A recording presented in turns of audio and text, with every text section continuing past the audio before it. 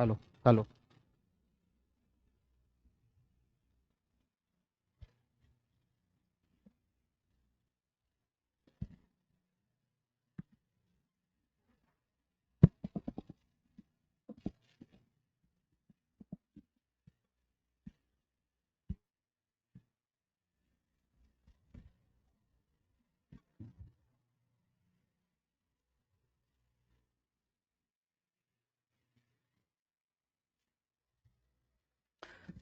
Good morning. जय हिंद, जय भारत। सब स्वस्थ हैं? चलिए। तो बेटा आ जाओ, जल्दी से आ जाओ। मैं सोच रहा मैं ही लेट हूँ यार, आप लोग भी लेट चल रहे हो।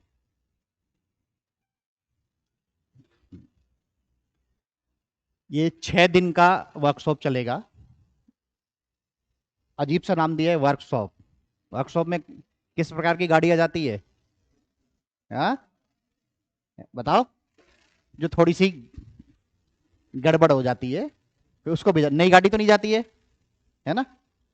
बट गाड़ी कुछ दिन चलने के बाद में सर्विस पे जाती है ना? तो नई गाड़ियों का सर्विसिंग होगी 6 दिन तक।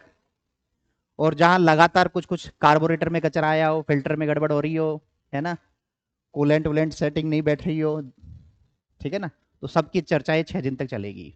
यानी हमारी जो तैयारी रूपी गाड़ी है, उसमें नियमित गति कैसे बनी रहे, उसका फ्यूल सिस्टम भी रेगुलर उस इंजेक्ट होता रहे, है ना, ताकि गति, भाई बिना फ्यूल के गति रहेगी, तो फ्यूल भी कैसे इंजेक्ट हो, परफॉर्मेंस भी कैसे बेस्ट रहे, और सामान्य दूसरी जो गाड़ियां दौड़ने वाली है उसकी तुलना में बेस्ट स्पीड भी हमारी रहे, है ना, पिकअप भी अच्छा रहे एग्जाम हॉल में। वो सब की चर्चाएं करेंगे हम धीरे धीरे। तो इसलिए वर्कशॉप नाम दिया गया है। तो पहले थोड़ी सी इसमें 6 क्लास की रूपरेखा बताऊंगा। आज का दिन कुछ सामान्य चर्चाएं और सिनॉप्सिस कैसे बनाई जाती है उस पर चर्चा होगी। ठीक है, बहुत बारीकी से। कल कल के लिए आपको कुछ होमवर्क दिए जाएंगे, ठीक है ना? तो कल का होमवर्क मैं पहले लिखवा देता हूं, बाद में भूल ना जाऊं। तो कल का एक पहला होमवर्क होगा, लोक वितरण प्रणाली, पीडीएस सिस्टम।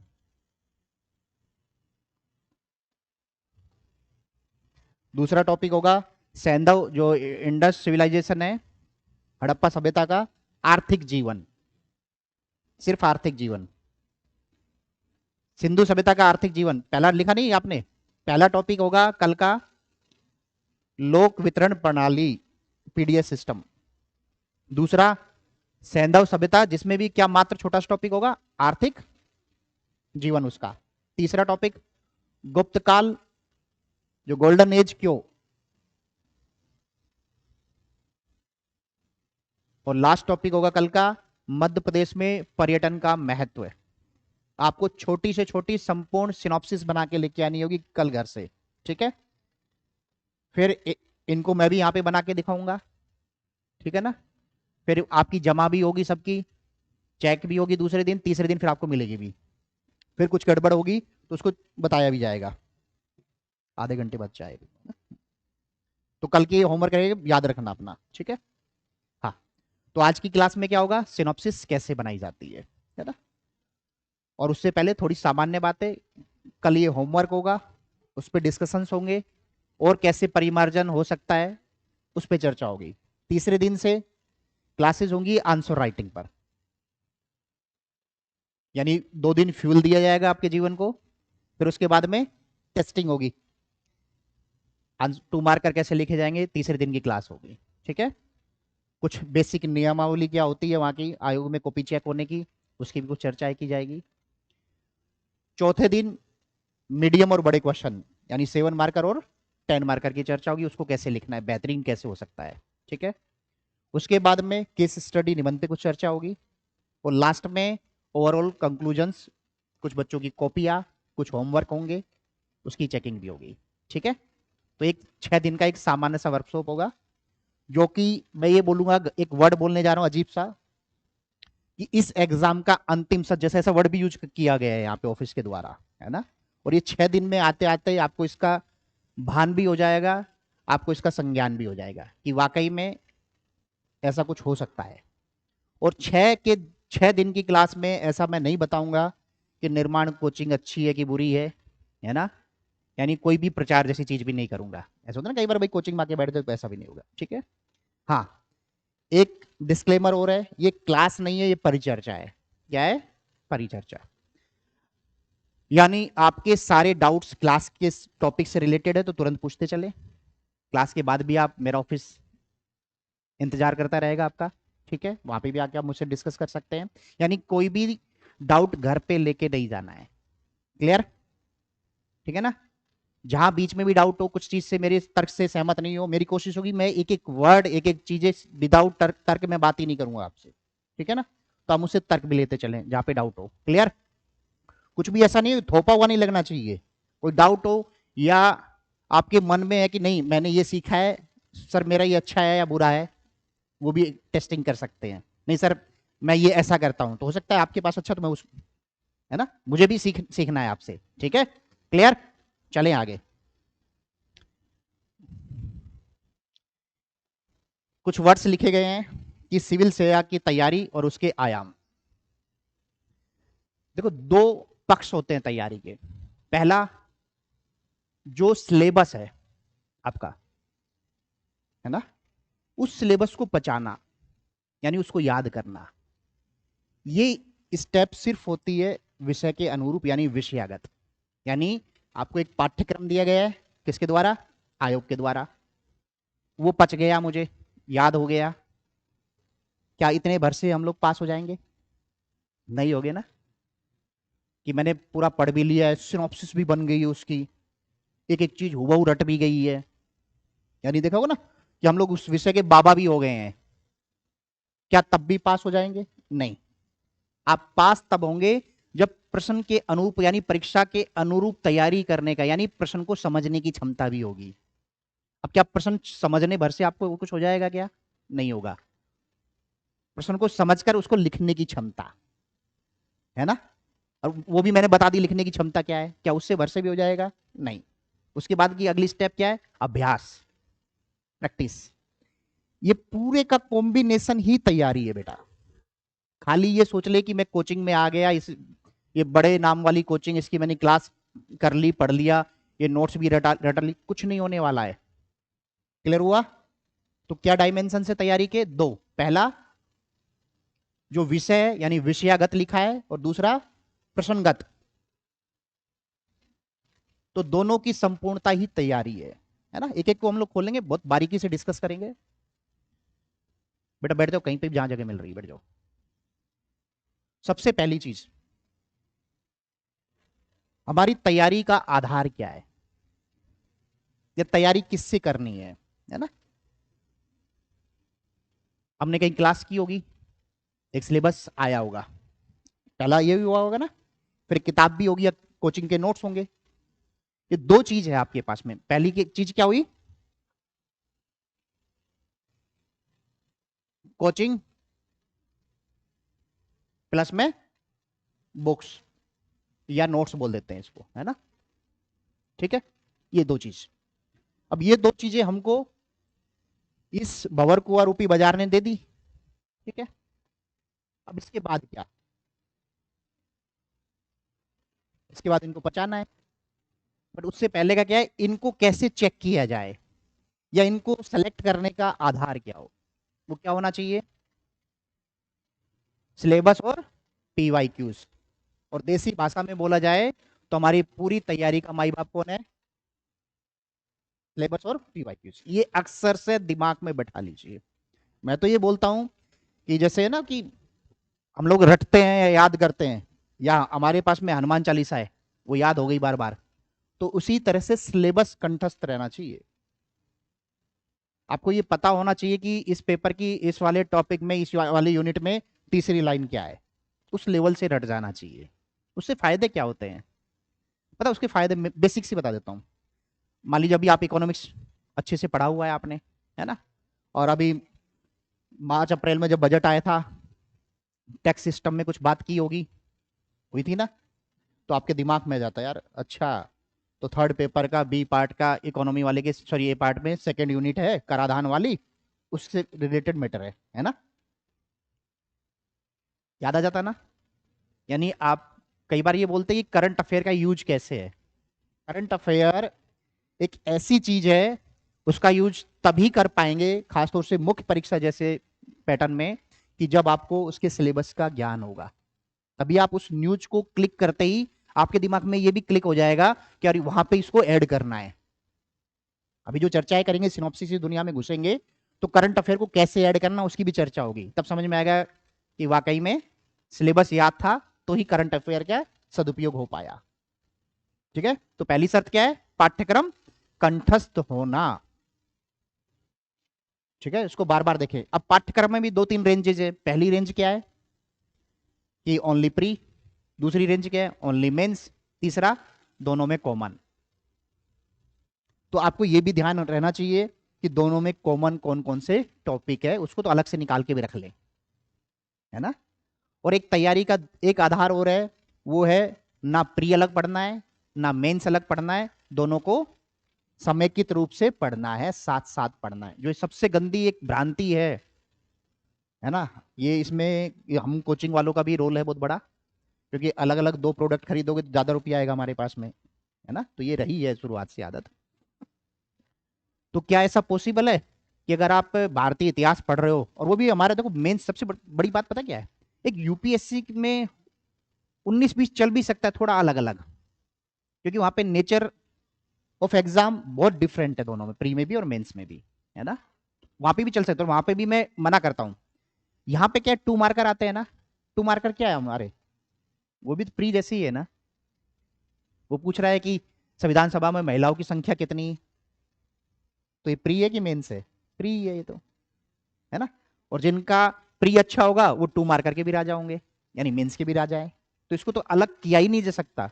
ब्रह्मा जी भी कहे तब भी नहीं मानना है, क्योंकि हमारे पीवाईक्यूज और सिलेबस क्या कह रहा है, एक साथ ही पढ़ना है। तो हमारी आदतें क्या होनी चाहिए पढ़ने की, कि कोई भी टॉपिक मैं मेंस का पढ़ रहा हूं उसके साथ में प्री भी निपटाएं। क्यों? मेंस मतलब समझ 100% विकसित हो गई है आपके अंदर। ठीक है, कोई भी टॉपिक को कैसे निचोड़ना है उसकी आदतें आ गई है ना। उसमें क्या करना है, फैक्ट नाम के मोती तो लगाने हैं। भाई मोती क्या है? इंडिपेंडेंट। ठीक है, और मोती की वैल्यू कब होती है?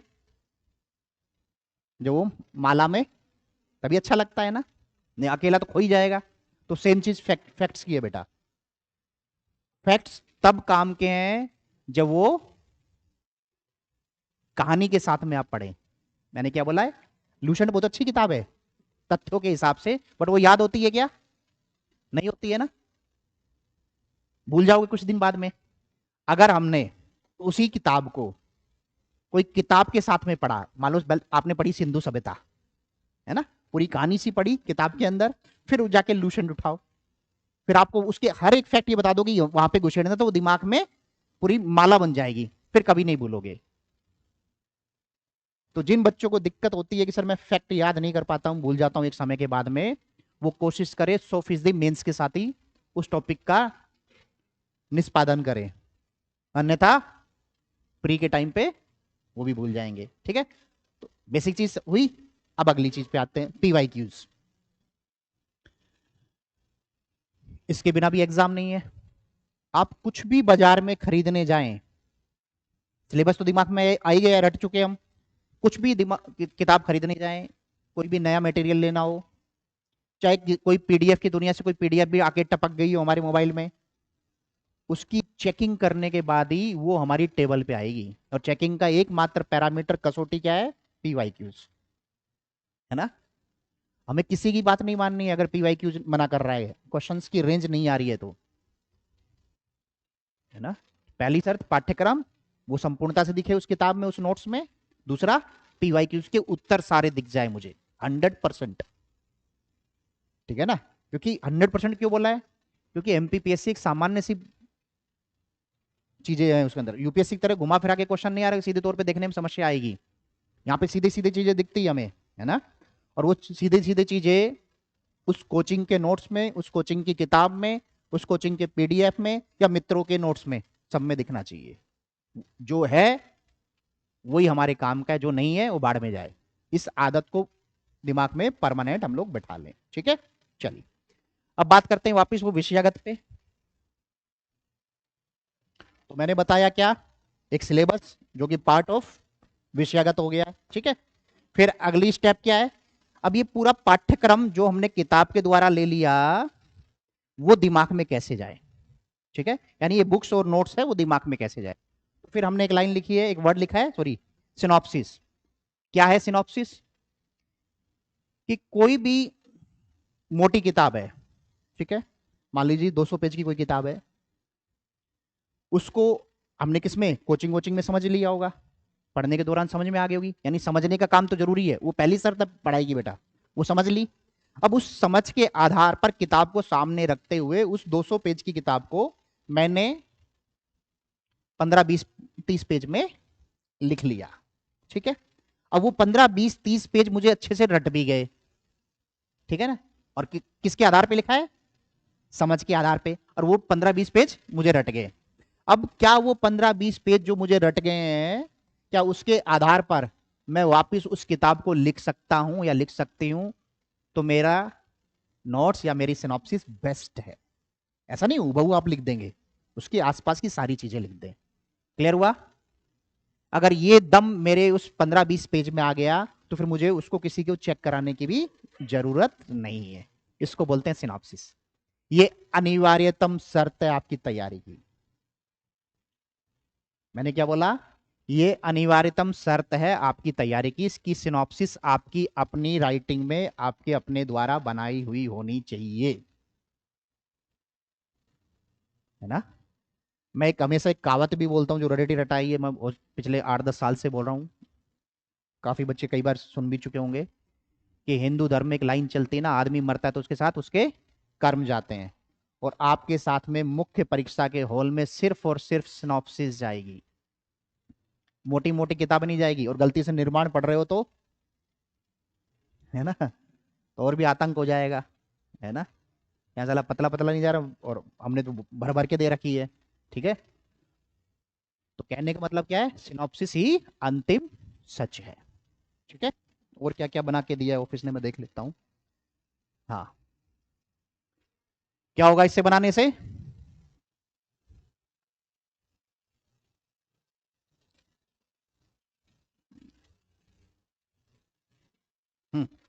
क्या होगा? एग्जाम हॉल में क्या मिलेगी, ताकत आ जाएगी, ठीक है। अब क्या मात्र सिनॉप्सिस बनाने से पार पड़ जाएगी? एक लाइन लिखी है अजीब सी, कि मात्र ये बनाने यानी सिनॉप्सिस बनाने से क्या बनेंगे, बाबा बन जाओगे, बट अधिकारी की गारंटी नहीं है। और एक लिखा भी, एक लाइन और लिख के दी ऑफिस ने, एक हमारे देवेंद्र सर है, उन्होंने लिखा है कि पीडीएफ कलेक्टर बनना है या डिप्टी कलेक्टर है, देख रहे हो, अजीब अजीब से कुछ वाहियात बातें भी लिख के दे दी आज। हाँ, ये मैं बोल चुका हूं कि जब तक ये दोनों चीज नहीं होगी, विषयगत और प्रसंगत, तब तक परीक्षा की दुनिया नहीं है, ये गारंटी है, ठीक है। हाँ, अब क्या होती है विषयगत समझ?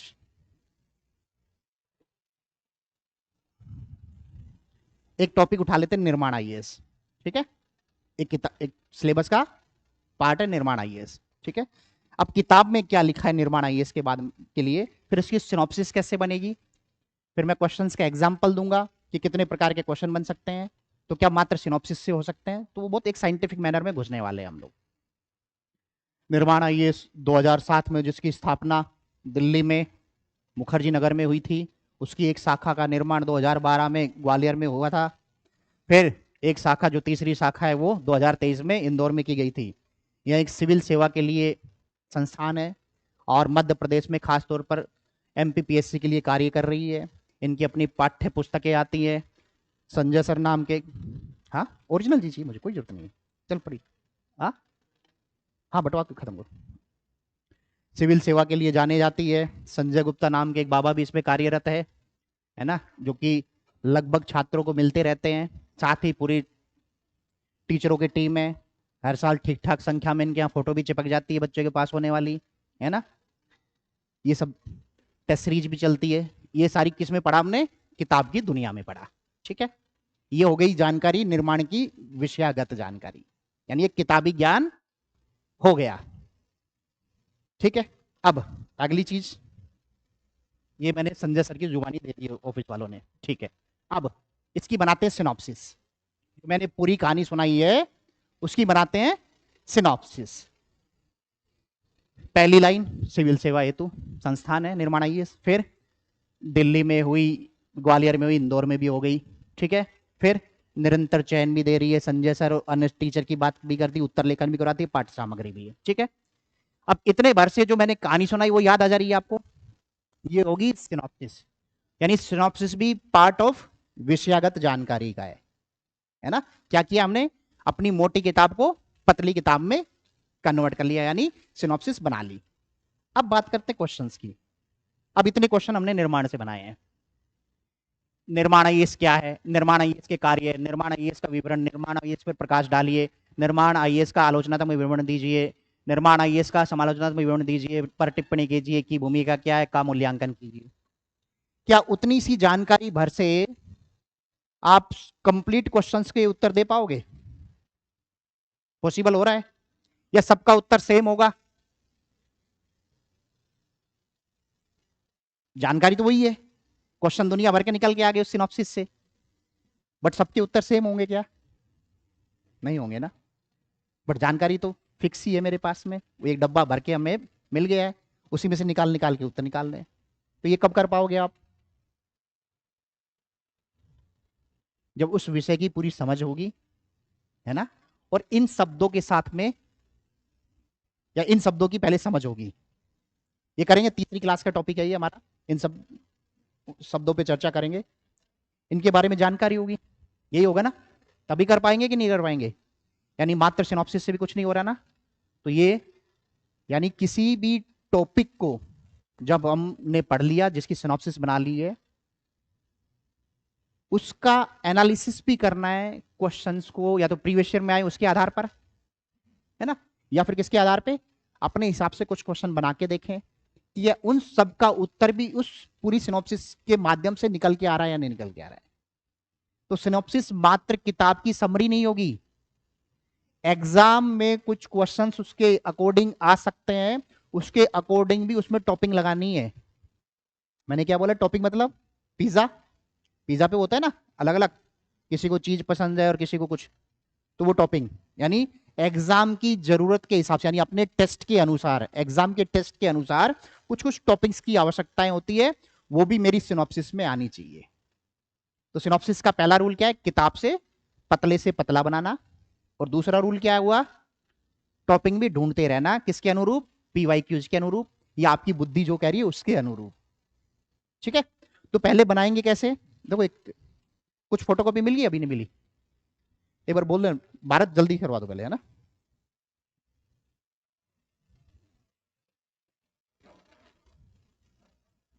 देखो ऐसे सुंदर सुंदर भी बनाते हैं बच्चे, सोच सकते हो, अच्छी लग रही होगी ना, आपके हाथ में भी आ रही है, इनकी फोटोकॉपी भी आ रही है, ये इधर खाली जगह भी है। तो कोशिश ये करें कि जब भी आप अपनी, बंटवा दीजिए सर, भारत थोड़ा जल्दी करवा दो, एक दो बच्चे और ले लो, जल्दी इसको निपटा दो यार।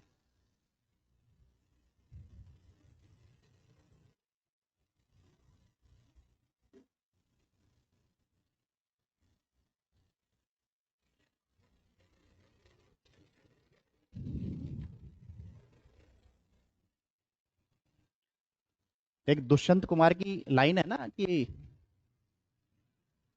दूसरे के बंगलों को देख करके अपनी झोपड़ी नहीं जलानी चाहिए, तो उसी को मैंने एक लाइन बनाई हुई है, जो इस छोटी सी किताब मिली है ना कलाम साहब वाली, इसको जरूर पढ़ना बेटा, ये पूरी तैयारी का निचोड़ है इसके अंदर, ये खाना पूर्ति नहीं, इसमें कोई प्रचार नहीं है निर्माण का, इसको अगर एक एक लाइन पचा जाएंगे ना तो आनंद आ जाएगा।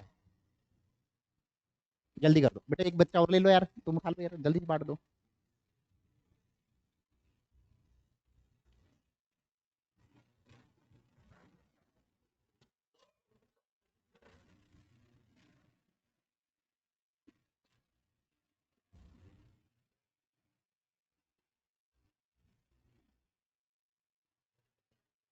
ये ऑनलाइन वालों को भी मिल जाएगी, जितने भी क्लासेस में जो ऑनलाइन के बच्चे हैं।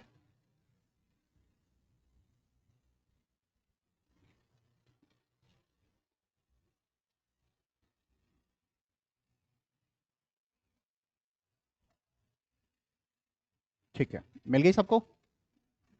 इधर रह गई बेटा, अभी लेके आए, इनको भी दिलवा दो। अब आपको जब भी आप बनाने के एक फॉर्मेट की डिस्कशन करते हैं, फिर आगे बढ़ेंगे। कोशिश करें स्पाइरल में ही बनाएं, ब्लैंक पेपर पे बनाएं, ठीक है। बाद में लिखते रहना, बहुत प्रैक्टिस होगी आपकी अपनी जब तैयारी करोगे लाइन वाली में। और इतनी जगह खाली जरूर छोड़ें, मैंने क्या बोला है, इतनी जगह जरूर खाली छोड़ें, ताकि जब भी कुछ एक्स्ट्रा टॉपिक लिखनी होगी मैं यहीं लिख लेंगे। अभी आएंगे टॉपिक में, अब कितनी कारगर है ये जगह, क्यों जरूरी है, इसका भी डिस्कशन होंगे अभी आगे, ठीक है। जल्दी कर दो बेटा, एक आगे भी रह गया इधर। तो पहली शर्त क्या है, कॉपी का एक प्रॉपर फॉर्मेट बनाएंगे। आ रही आ जाएगी, सब बहुत भरपूर है, भरपूर है। कितने लोग हैं जो ग्रुप में तैयारी करते हैं, सही बताना ईमानदारी से, और एक दूसरे से नोट्स नोट्स भी शेयर कर लेते हैं? बस दोबारा बोल रहा हूं, कितने ऐसे लोग हैं कि जो आपस में मिल करके पढ़ते हैं? जनसंख्या बढ़ाने वाली जोड़ा नहीं चाहिए यहां, है ना। मिल करके पढ़ते हैं और नोट्स भी शेयर करते हैं एक दूसरे से। क्योंकि ये इंदौर में मैंने पाया है कि नोट्स एक दूसरे को देना, पता नहीं कौन सा वो ग्रंथ पैदा कर लिया उन्होंने इस धरती पे, कि साला दूसरा पढ़ लेगा तो आप फेल हो जाएंगे। ये इस धरती की सबसे बड़ी भ्रांति है ना। और मैं क्या बोलता हूं कि बेटा 3 4 5 लोगों का एक अच्छा सा ग्रुप बनाइए। अच्छा ग्रुप का मीनिंग ये, जब पढ़ने का टाइम हो ना तो सिर्फ पढ़ाई ही हो, बाकी टाइम आवारागर्दी करना है, जब आवारागर्दी करो है ना। बट पढ़ने का जो टाइम फिक्स है उसमें सिर्फ और सिर्फ पढ़ाई की बात हो, उसको बोला जाता है पढ़ाई के मायने में अच्छा ग्रुप। तो ऐसा 4 या 5 लोगों का ग्रुप होना चाहिए, तो उससे ज्यादा भीड़ कही जाती, ग्रुप नहीं होता है फिर वो, है ना। तो 4 5 लोगों का हमारा अच्छा सा ग्रुप हो, जिसमें टास्क बांट लें पढ़ाई की, है ना। अभी मैंने थोड़ी देर पहले सबसे शुरुआत में क्या बोला, खुद के द्वारा बनाया गया नोट्स ही सिनॉप्सिस बेस्ट होती है ना। तो परंतु सेम सोर्स से ग्रुप के द्वारा भी बनाया गया भी कारगर है। मैंने क्या बोला, सेम सोर्स से बनाए गए शॉर्ट नोट्स भी पूरे ग्रुप के लिए 100% कारगर है, काम के हैं। कैसे काम के हैं? अब जैसे मान लीजिए ये एक मोटी सी किताब है, जो पहले पुराने सिलेबस या नए सिलेबस में अभी 2 यूनिट है, 400 पेज के आसपास है। अब ये किसी में दिखाता हूं, मेरे यहाँ पे मिलेगी ग्वालियर वाले ऑफिस में भी, ये उसकी पूरी सिनॉप्सिस इस किताब की है ना।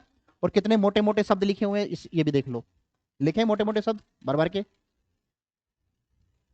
मोटे मोटे ही है ना। कुछ जिन बच्चों की पतली राइटिंग होगी तो मुझे लगता है और भी कम पेज हो जाते, 10 5 कम भी हो जाते ना। अब ये पूरा पुराना वाला चौथा पेपर है, पूरा ये पुराना वाला चौथा पेपर है। और आज आज आप तीसरा पेपर लिख के आ जाते आयोग का, 1 बजे छूट जाता है ना, 2 बजे तक घर पे या कमरे पे आ जाते, ठीक है। रात को सोने से पहले, क्योंकि दूसरे दिन चौथा पेपर है, 2 बार 3 बार रिवाइज आराम से होता या नहीं होता? इससे बड़ी ताकत मिलेगी? या इस किताब को पढ़ के होता 2 बार रिवाइज? पॉसिबल था? नहीं था, है ना। मात्र इसको पढ़ने से है। और बेटा जब तक अपने आप को इस ताकत में कन्वर्ट नहीं करोगे तो मेंस हमेशा सरदर्द ही रहेगा जीवन भर के लिए। ऐसा नहीं है, कुछ बच्चे होते हैं, हो सकता है कुछ बच्चे नहीं बना रहे, वो पास भी हो रहे हैं, बट वो एक आधे अपवाद मिलेंगे, और अपवादों के द्वारा या अपवादों के तरीके तौर तरीकों से आपका जीवन नहीं चलता है। क्लियर हुआ? तो दुष्यंत कुमार की जो मैंने लाइन सुनाई ना, उस पर मैं लिख के लाया हूं कि टॉपर्स का महल देखकर खुद की झोपड़ी नहीं जलानी चाहिए। टॉपर्स का महल देखकर या उनकी मात्र तैयारी देखकर, है ना, अपना अपनी झोपड़ी नहीं जलानी चाहिए, अपितु समुचित रणनीति, मार्गदर्शन, गुणवत्तापूर्ण अध्ययन रूपी ईंट का प्रयोग कर सफलता रूपी स्वयं के भवन का निर्माण करना चाहिए। यानी अपनी मेहनत, अपना विजन, अपने पीवाईक्यूज के आधार पर रणनीति, उसके आधार पर छोटी छोटी ईंटों का निर्माण करना है, यानी सिनॉप्सिस का निर्माण करना है, फिर परीक्षा हॉल में एक मकान का निर्माण करना है ना। तो ये तरीका होगा, ठीक है। तो आपको सिनॉप्सिस मिल गई, तो क्या लग रहा है, ठीक ठाक सी है? कुछ छोटा सा 1857 की वाली देखो पहले, कुछ छूटा है उसमें?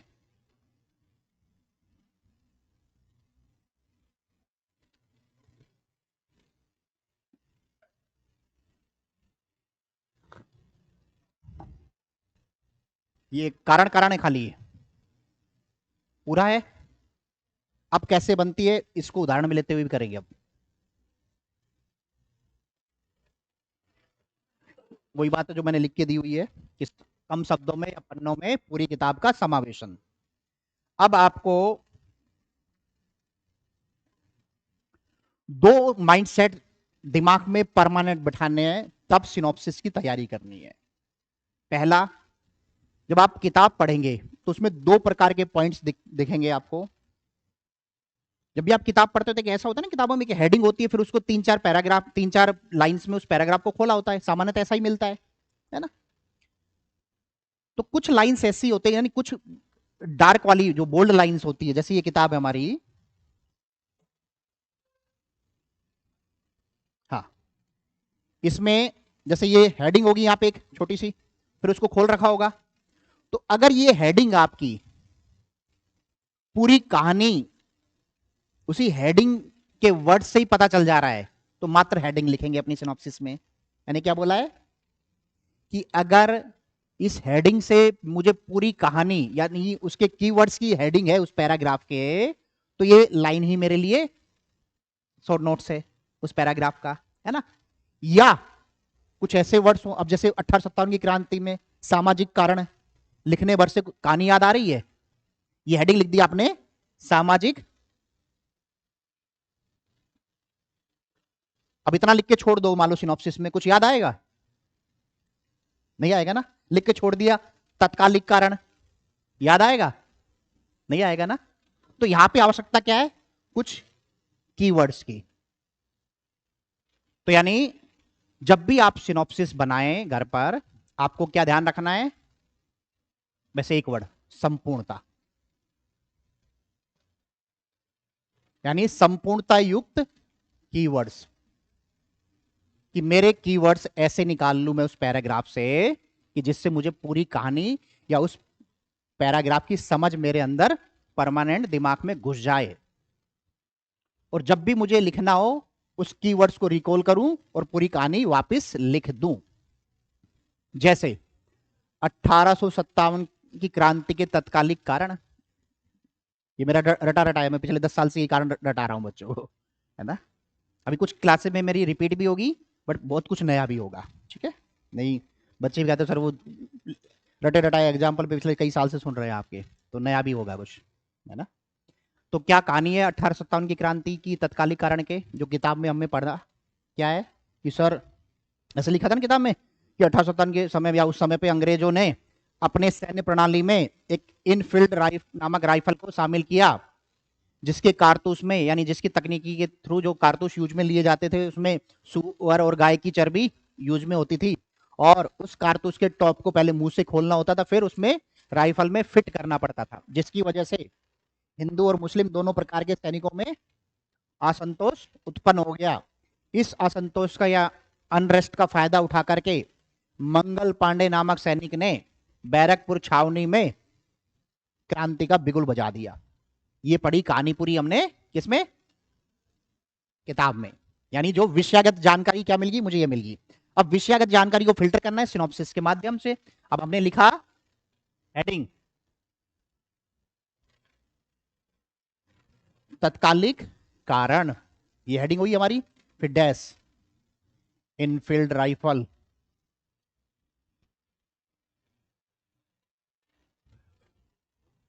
राइफल, फिर यहां पे लिख लिया बैरकपुर, फिर लिख लिया मंगल पांडे। अब बता दो इन तीन वर्ड से पूरी कहानी याद आ रही है नहीं आ रही है? बस यही सिनॉप्सिस है।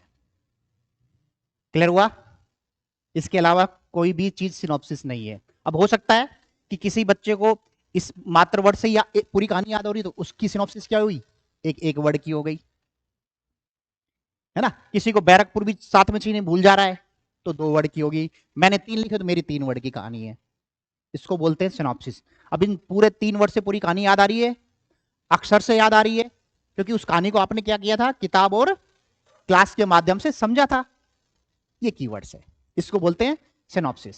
क्लियर हुआ? हाँ, इसकी जगह मान लीजिए ये होता संविधान की विशेषताओं में, यह आ जाता लिखित संविधान लिखा। अब बताओ इसमें लिखने की आवश्यकता है कीवर्ड्स की? नहीं है। इसी से याद आ जा रही, 2 लाइन कभी भी लिख लोगे, बड़े क्वेश्चन में आ गया तो आ जाएगा ना। तो यहां पे हमें कीवर्ड्स की आवश्यकता नहीं है।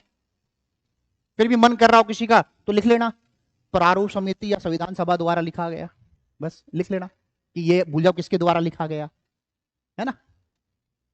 फिर एक लिखते हो क्या, लचीला संविधान, इसमें भी आवश्यकता है। समझ में आ गया? मुझे नहीं लगता इसमें कीवर्ड्स की आवश्यकता है ना। लिखना चाहो तो लिख लेना कि समय समय पर संविधान संशोधन संभव, हो गया लचीला, यही है ना। बस ये कीवर्ड्स इस फॉर्मेट्स में ही आपकी सिनॉप्सिस बनती है। बट कोशिश ये करनी है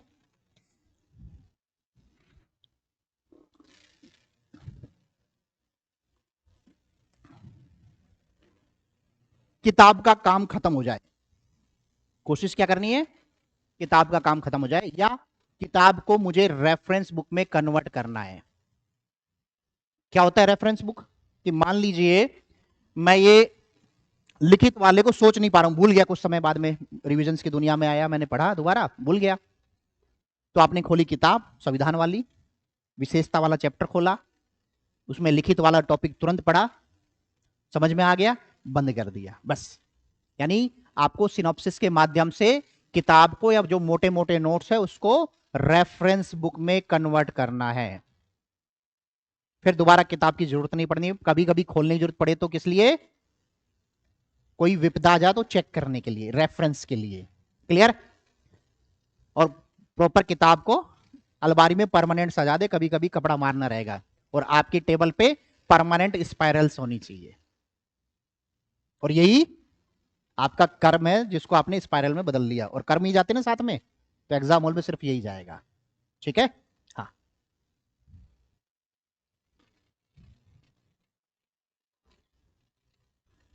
क्या फायदे होंगे अभी और डिस्कशन करेंगे, अभी कैसे और बनेगी, क्या क्या फायदा मिलेगा। पहली चीज, रिवीजन हो ही रहा है ना जल्दी जल्दी, ठीक है। दूसरी चीज, एक तो डेली रूटीन में अभी एक समस्या पता क्या आ रही है, जब आप टेस्ट सीरीज देते हो ना और किताब से पढ़ के आते हो, तो टेस्ट सीरीज नहीं है, वो मानसिक बलात्कार है। जो हर 3 दिन में हम लोग टेस्ट सीरीज दे रहे हैं कोचिंग की दुनिया में, और वो सबसे घातक चीज है आप लोगों के लिए।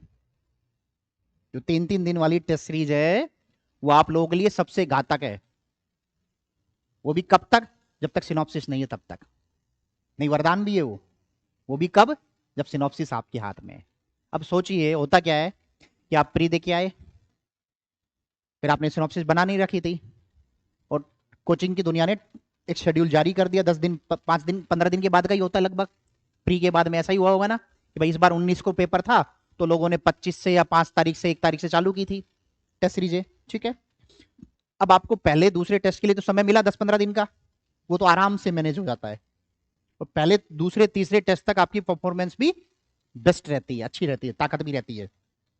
और चौथे टेस्ट के बाद में क्या हाल होता है, क्योंकि किताब से पढ़ा था, रिवीजन तो हुआ नहीं, अब मिला कितना पता चला 3 यूनिट या 5 यूनिट का है टेस्ट, तो वो 2 दिन में तो पढ़ भी नहीं पाएंगे किताब से, और गलती से निर्माण वाली है तो बिल्कुल ही नहीं पढ़ पाएंगे। तो क्या होगा, परफॉर्मेंस कैसी रहेगी फिर उस टेस्ट में, और फिर आप डिक्लाइन होते चले जाओगे परफॉर्मेंस में, है ना। और फिर लास्ट में क्या करते हो, जब पेपर के कुछ दिन पहले जब 10 20 टेस्ट बचे रहते हैं, तो भगवान का हाथ पैर जोड़ते हैं, भगवान पेपर आगे चला जाए, ऐसा होता है ना। सिर्फ कारण क्या है कि हमें पढ़ने की तमीज नहीं थी, क्योंकि हमने कभी सिनॉप्सिस बनाई नहीं, किताबों पे आश्रित रहे। तो चाहिए वो क्या नाम है, रजनीकांत वाला वो रोबोट बन गई चिट्टी आप, वो सोच के बैठे थे अपने आप को, तो वहां पे बैटरी फुस हो गई, गड़बड़ हो गई, है ना। तो सबसे पहले जरूरी क्या है, सिनॉप्सिस है, ताकि अब ये बताओ, जो मैंने अभी एग्जांपल दिया ये वाला, हो सकता है ना 2 बार रिवीजन, ये कब हो पाया, ये तो एग्जाम टाइम की बता रहा हूं बेटा। इस अगर आपकी 6 के 6 पेपर की, मैं 6 के 6 पेपर, हाँ, निबंध भी की भी हमें सिनॉप्सिस बनानी है, अगर 6 के 6 पेपर की मेरी सिनॉप्सिस बन जाए, तो बेटा महीने में 3 बार रिवीजन हो सकता है आराम से, मेरी गारंटी है। हर 10 दिन में एक बार पूरे 6 के 6 पेपर रगड़ लोगे, उससे बड़ा कुछ हो सकता है क्या? है ना? तो इसमें कन्वर्ट करिए। तो रिवीजन, पहला रिवीजन कौन सा है? जो डेली रूटीन का है, यानी एग्जाम हॉल का नहीं है, उससे पहले की चीजों में। आप कोचिंग में टेस्ट दे रहे हो उसके हिसाब से, या अपने घर पे पढ़ रहे हो तो उसमें जल्दी जल्दी रिवीजन हो जाए, ठीक है ना? तो पहला रिवीजन सामान्य रिवीजन, फिर दूसरा एग्जाम हॉल में, सॉरी एग्जाम टाइम में। अब एग्जाम कैसे है? लगातार है ना? कोई गैप है क्या? कितनी देर का गैप है? कुछ घंटों का। ये 1 बजे देके आए, 2 बजे तक घर पे आए, 2 से सुबह, और सुबह, सुबह का तो मानो ही मत, सोने तक का गैप है। सोने के बाद तो फिर सुबह उठ के जाना है पेपर देने, तो रात को 12 बजे तक का गैप मान लो, है ना? 10 घंटे के में कैसे पढ़ पाएंगे हम? तो उसके लिए भी क्या जरूरी है? सिनॉप्सिस, है ना? फिर क्या वर्ड लिखा है? विषयगत जानकारी संपूर्णता से। भाई आपने बनाया किससे है? पूरी मोटी किताब से। अपने शब्दों में लिख लिया तो पूरी किताब रट चुकी है, यानी विषय की जानकारी संपूर्ण हमारे दिमाग में घुस चुकी है, ठीक है? अब इससे क्या मिलेगा? ये भी हो गया, ये भी हो गया, तो क्या आता है? आत्मविश्वास। ये आएगा कि नहीं आएगा? जब हमारा रिवीजन हो जाता है तो क्या लगता है ना? फिर अगला क्या लिखा है? टू द पॉइंट, ज्ञान लिखने की क्षमता। जब आप सिनॉप्सिस से पढ़ के जाते हो ना, कभी भी पेपर में, एग्जाम हॉल में भटकेंगे नहीं। क्रोनोलॉजी कभी खराब नहीं होगी। अभी जब मैं चौथी क्लास लूंगा 7 और 10 मार्कर पे या फिर 2 मार्कर पे लूंगा, तो उसमें एक उत्तर लेखन की प्रवृत्ति होती है, टेंडेंसी होती है, वो है पद सोपानिक, हायर की बेस, है ना? अब पद सोपानिक प्रवृत्ति कब आएगी? जब उसकी तरह सोचने की आदतें होंगी, नहीं तो भटक जाएंगे, पहला पॉइंट दूसरे पे, दूसरा पॉइंट पहले पे, ये करेंगे। अगर पूछा जाए कि राष्ट्रपति की 3 शक्ति बताओ, तो पहली वीटो लिखोगे? नहीं लिखोगे ना? और मान लो ये कभी ऐसा उसी फॉर्मेट में कभी पढ़ने की आदत थी नहीं, और पहला वीटो लिख दो, तो क्या हाल होगा? बाबा नंबर उड़ाएगा। चर्चा करेंगे आगे तीसरी की चौथी क्लास में, है ना? तो यानी आपकी आदतें क्या बढ़ जाती है? टू द पॉइंट लिखने की, और क्रोनोलॉजी में लिखा है इसमें। ये बहुत जरूरी गुण है। जैसे निबंध का था ना ये गुण, निबंध की क्लास की थी कुछ दिन पहले मैंने ली थी, तो ये निबंध का मूल गुण था ये, तारतम्यता। ऐसे आपके उत्तर लेखन की वैसे तारतम्यता नहीं आएगी, वो शब्दों से मिलान नहीं आएगा, बट पद सोपानिक तारतम्यता यहां चाहिए। ये अनिवार्यता शर्त है, और ये सिनॉप्सिस से ही पूरी होती है, ठीक है? जैसे अब आपसे पूछा मगध के उत्कर्ष के कारण, पहला भौगोलिक लिखते हो ना, और इसी अनुसार सिनॉप्सिस बनी हुई है, वो रटी हुई है, तो कभी भूलेंगे वहां पे आप? कई बार क्या होता है कि हमें एग्जाम हॉल में इस मेंटेलिटी से पढ़ने की आदत थी नहीं, ये टेंडेंसी कभी डेवलप हुई नहीं, तो पहले वहां पे क्या हो रहा है? भाई प्रेशर तो होता है ना एग्जाम हॉल का, तो उस प्रेशर में पता नहीं कौन सा पहले पहले याद आ गए वही चिपका देते हो जल्दी, क्योंकि टाइम कम है, पेपर छूट जाएगा, जो याद आया वही घुसेड़ने लग जाते हो वहां पे। फिर बाद में याद है तो यार ये तो पहला पॉइंट था, तब तक आप लिख चुके हो, जगह बची नहीं, क्या हाल होगा?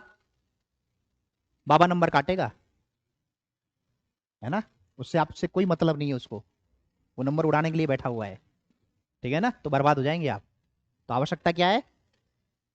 उसी क्रोनोलॉजी से याद करने की, और वो क्रोनोलॉजी कौन मेंटेन करवा रही है? सिनॉप्सिस, ठीक है?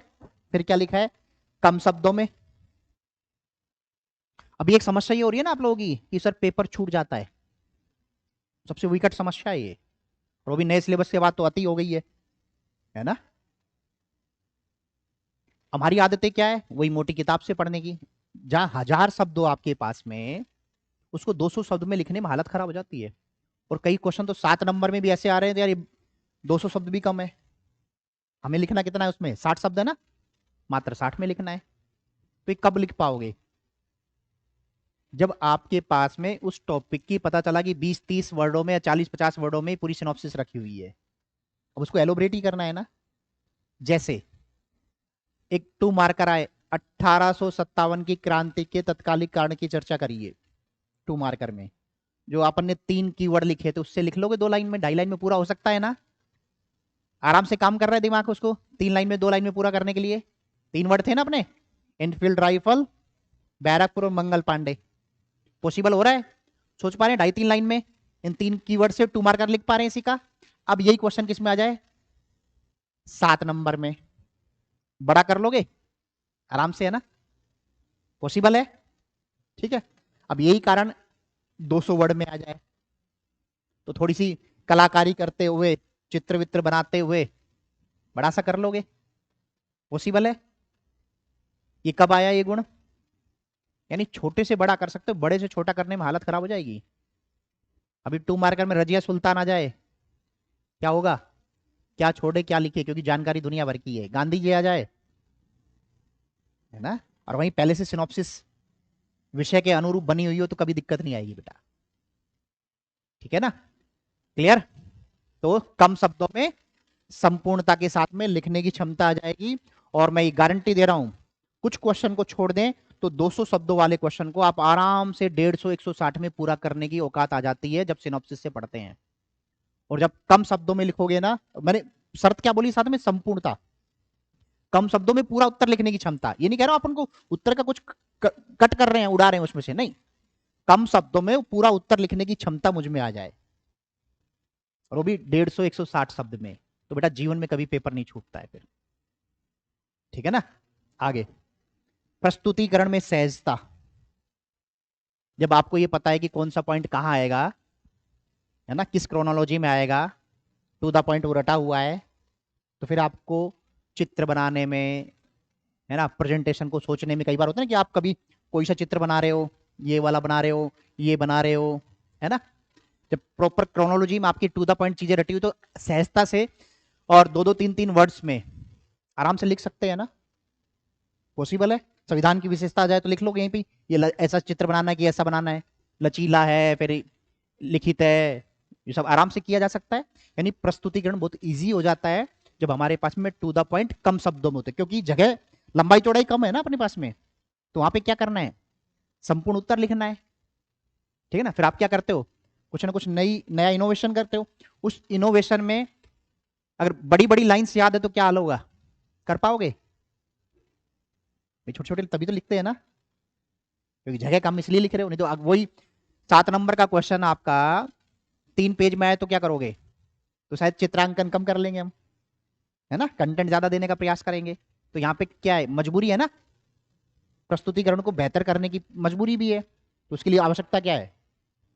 सिनॉप्सिस। ठीक है, फिर एक्स्ट्रा टॉपिंग मीन्स सिनॉप्सिस बन गई, करंट का कुछ मिला वो वहीं पे लिख लिया, कुछ नया डाटा आया, भैया जनसंख्या, सॉरी अभी वो पशु जनगणना आने वाली है नई, वो डेटा वहीं ऐड हो गए, हेल्थ सर्वे आया, डेटा ऐड हो गया, आर्थिक सर्वेक्षण आया, डेटा ऐड हो गया। तो ये समय के साथ में उसी सिनॉप्सिस में जो जगह खाली वहां पे फिट करते चलेंगे अपन, है ना, तो सिनॉप्सिस का ये भी फायदा है। ठीक है, और एक प्रस्तावना एवं निष्कर्ष हेतु आधार भी तैयार होता है। ठीक है, इसको मैं अभी बताऊंगा आगे कि मात्र सिनॉप्सिस से हो रहा है या सिनॉप्सिस में टॉपिंग भरते हैं हम लोग। अभी 1 2 टॉपिक इस तरह से आएंगे अभी आगे। ठीक है, धन के निष्कासन में कि नेहरूजी साहब की एक लाइन आ जाए, भाई हालांकि नेहरूजी साहब ने दिया था कि सुलीवन साहब की एक लाइन आ जाए, तो उसको भी हमने साइड में चिपका लिया, वो आधार के लिए तैयार। या संविधान की विशेषता आया तो हिदायतुल्लाह कश्यप साहब, नेहरू साहब, अंबेडकर साहब, इनकी कोई लाइन हो वो लिख ली बगल में। तो हमेशा के लिए क्या हो गया कि जब भी विशेषता का क्वेश्चन आएगा एक ऊपर चिपकाएंगे, एक निष्कर्ष में चिपकाएंगे, हो गया तैयार उत्तर, बढ़िया, है ना। आगे चर्चा करेंगे, क्लियर? तो जरूरी है फिर तो। इन सब रामायण के बाद में क्या समझ में आ रही है? अंतिम सत्य जैसा है, हाँ, यानी अनिवार्यता है इसकी बनाने की। ठीक है, आगे हाँ, अब याद कैसे करें? भाई सिनॉप्सिस बना भी ली, परमानेंट याद भी करना है, तो याद कैसे होगी? हनुमान चालीसा कब याद हुई थी? बार बार रिवीजन से ना, डर से। वैसे याद नहीं हुई, इतने शरीफ नहीं हो। पहला डर भूत का, दूसरा डर भगवान बुरा मान जाए गलत पढ़ा तो, ये 2 डर थे ना। भाई क्यों याद करी थी? कहीं कहीं कुछ दिख जाएगा, कभी अंधेरे में जा रहे हो कि भोलाराम में कभी कभी लाइट चली गई, या 99 वाली गली में घुसे लाइट चली गई, कोई भूत आ जाए तो जय हनुमान ज्ञान गुण सागर कर लेंगे, इसीलिए ना। दूसरा डर क्या था? और सही बात नहीं है, नहीं तो हनुमान जी आएंगे ही नहीं, गलत बात दिया तो, है ना। तो फिर क्या होगी? इस कारण से याद हुई है बेटा। और ये डर आपको अपने एग्जाम सिनॉप्सिस को याद करने में भी पैदा करना है। अगर याद नहीं किया तो, बार बार रिवीजन नहीं किया तो क्या होगा? पिताजी का दंड आएगा, बेटा वापिस आ जाओ, बहुत हो गया, समय लग गया, है ना? नहीं किया तो चाचा बुआ की उम्र में कन्वर्ट हो जाएंगे हम, है ना? तो ये डर परमानेंट बैठा हुआ होना चाहिए। यदि डर है तो बेटा हमेशा डर, पता है वो सुनिए, वो तो ठीक है, वो डर के आगे जीत है, पर वाकई में डर मात्र नेगेटिव एस्पेक्ट नहीं है, मैं बोलता हूँ छात्रों के लिए तो पॉजिटिव एस्पेक्ट भी है डर। अगर ये डर नाम के डंडा पिताजी का ना हो ना, तो फिर ये यहाँ पे फिर कोई कोचिंग की जगह पब होते हैं यहाँ पे सारे, है ना? लाइब्रेरीज जितनी संख्या में दिख रही है ना, उससे ज्यादा फिर छुट्टा बार होते ही, यही होता है ना? हाँ। तो यानी डर बहुत जरूरी है, डर है तो आप पढ़ने के लिए बैठते भी हो, डर है तो आज इस क्लास में भी आ गए, है ना? नहीं तो आते भी नहीं। तो ये डर हमें सिनॉप्सिस बार बार रिवीजन करना है, क्यों?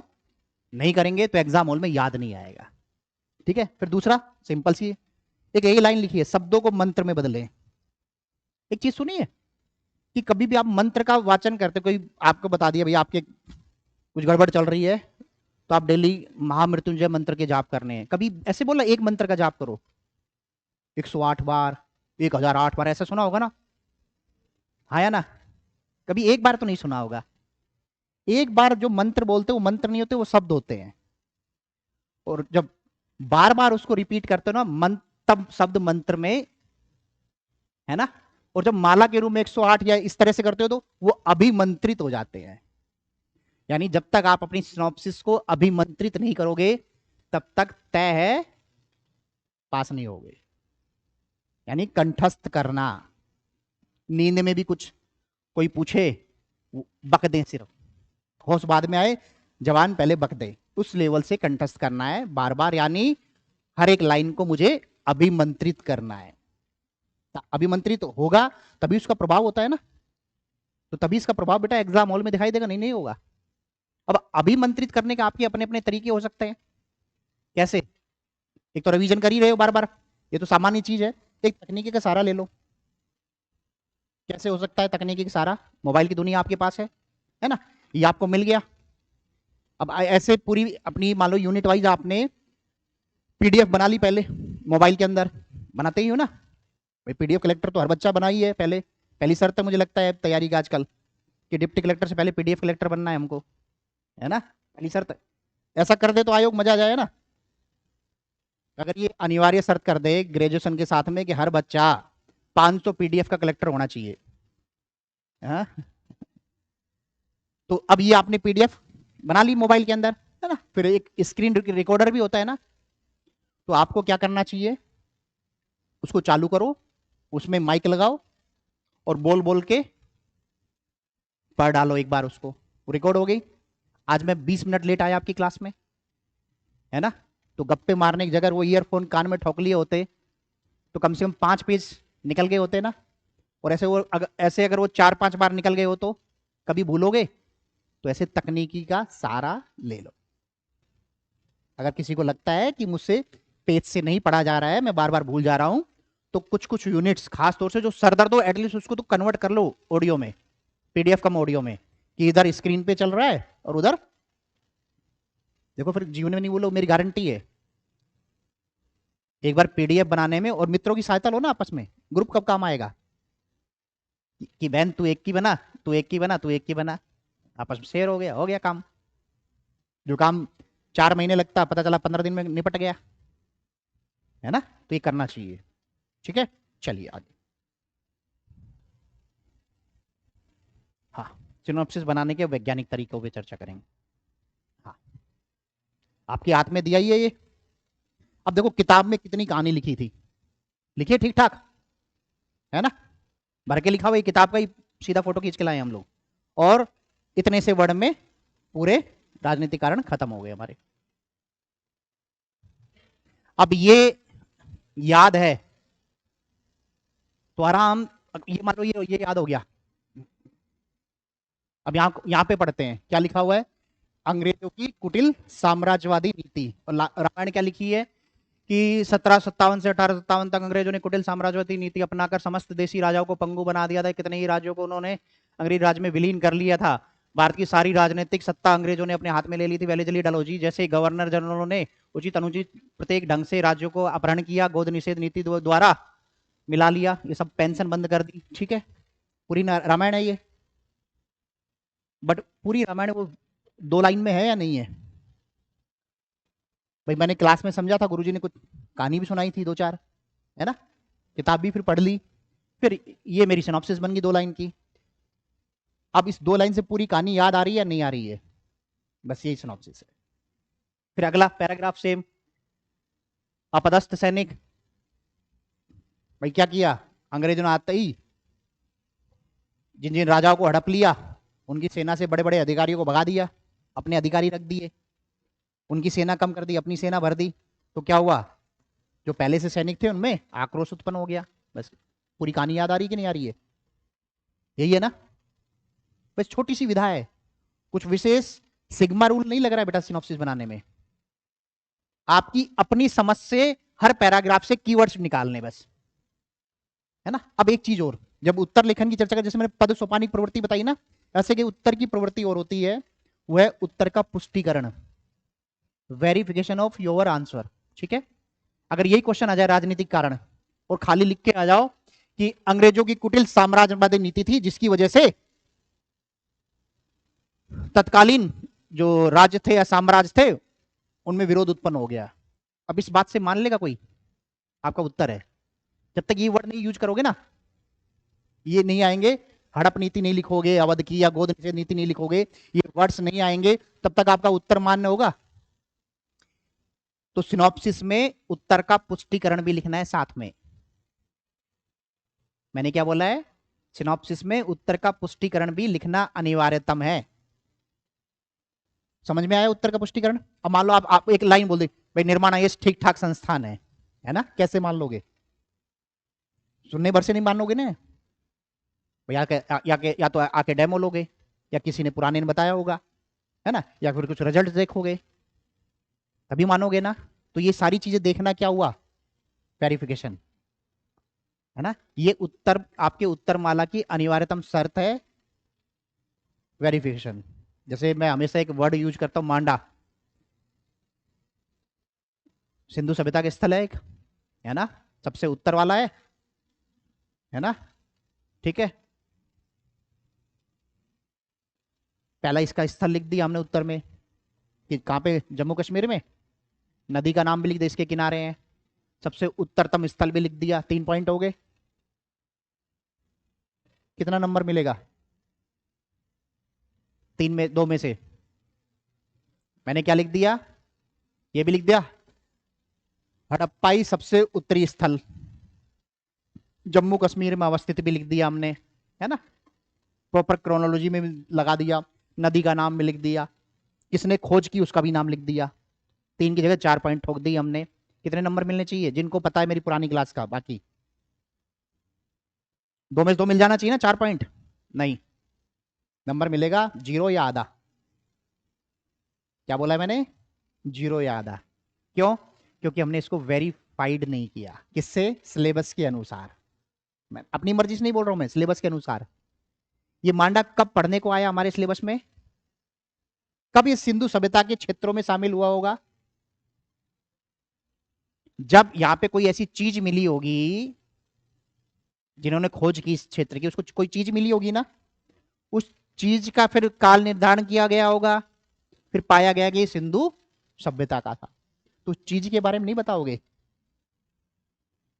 भाई? जो खोज जिस चीज के द्वारा ये तय हुआ कि ये सिंधु सभ्यता का स्थल है, वो चीज नहीं बताएंगे क्या? अगर मान लीजिए मोहनजोदाड़ो की बात हो, तो आपको कुछ क्या बताना पड़ेगा? कुछ मिला होगा ना वहां पे, नर्तकी वगैरह, इसके बिना उत्तर होगा क्या? तो इसको बोलते हैं वेरिफिकेशन, है ना। या लिख दो कि राष्ट्रपति को कार्यकारी शक्ति दी गई है, इतने भर से मानेगा, आपको बताना पड़ेगा किस अनुच्छेद के तहत। ये क्या है? Verification of your answer. ये अनिवार्यतम शर्त है, हालांकि ये तीसरी और चौथी क्लास का पार्ट है, ठीक है। तो ये इसके बिना, यानी ये चीज मेरी सिनॉप्सिस में भी आनी चाहिए अब, ताकि आदत में आ जाएगा, अभी रट भी जाएगा बार बार। तो यहां पे इस वाले पॉइंट के लिए अनिवार्यतम क्या है? हड़प नीति का वर्ड होना, अनिवार्यतम क्या है? गोद निषेध नीति। अगर तत्कालिक कारण में अनिवार्यतम वर्ड क्या है? आप ये लिख दो, खाली मात्र असैनिकों में में अंग्रेजों की सैन्य प्रणाली में नवाचार करने के कारण असंतोष उत्पन्न हुआ। मान लेगा? नहीं मानेगा ना।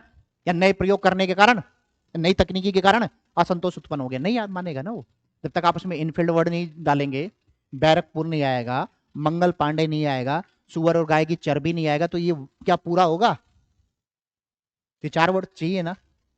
तो ये हमारी सिनॉप्सिस में आ जाए ताकि आदत में रहे, वहां पे छूटे नहीं। तो सिनॉप्सिस का एक रूल और समझ में आ गया कि वेरिफिकेशन वाले वर्ड्स भी मेरे सिनॉप्सिस में अनिवार्यतम रूप से डल जाएं ताकि एग्जाम हॉल में मुझे दिक्कत ना हो। क्लियर?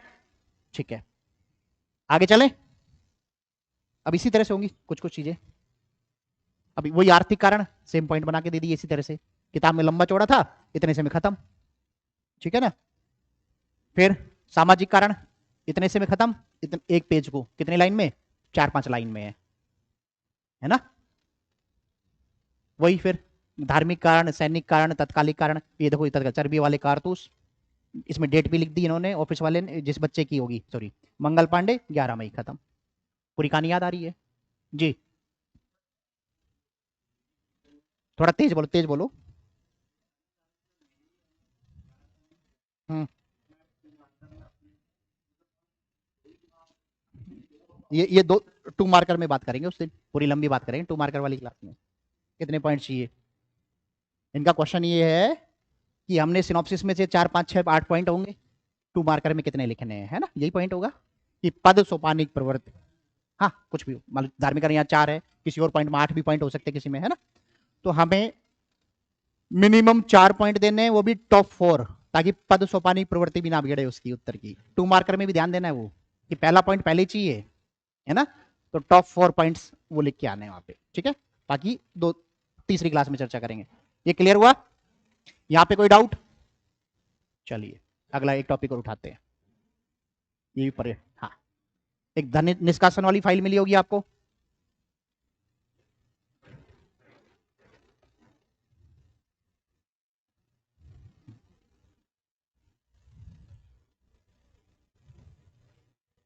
अभी किताब में कम से कम नहीं तो 2 पेज का होगा, है ना। ये पूरा है, देखो 2 पेज दिए, और भी शायद कुछ आगे भी होगा। कितने पेज होंगे? 4 पेज हो गए ना किताब के अनुसार, ठीक है। हाँ, और मात्र कितने से में खत्म है? 1 पेज में पूरा धन निष्कासन आ गया, है ना। कितने पेज का मैटर है वो किताब में? यानी विषयगत मूल जानकारी कितनी है? मेन जानकारी 4 पेज की। विषयगत सिनॉप्सिस कितने पेज की हुई? 1 पेज, और वो भी बड़े बड़े अक्षर है। कुछ कंजूस हो मेरी तरह तो हो सकता है आधे में निपटा दे इसको, है ना। तो सोचिए, कभी भी बड़ा क्वेश्चन भी आ सकता है, और इसमें देखो कि सारे एस्पेक्ट कवर है कि नहीं है। 2 मार्कर भी मिल जाएंगे, 2-4 पूछ लेगा। नैरोजी वाली लाइन कौन सी किताब में था, कौन से लेख में था, ऐसे ही पूछता है ना। प्रतिपादक कौन था, 2 मार्कर भी हो गए, या प्री भी तैयार है, ठीक है। सबसे पहले क्या लिखा हुआ इसमें? धन निष्कासन क्या है, तो 1 लाइन में डेफिनेशन दी हुई है, ठीक है ना। फिर इसका स्रोत क्या था, वो लाइन लिखी है ना।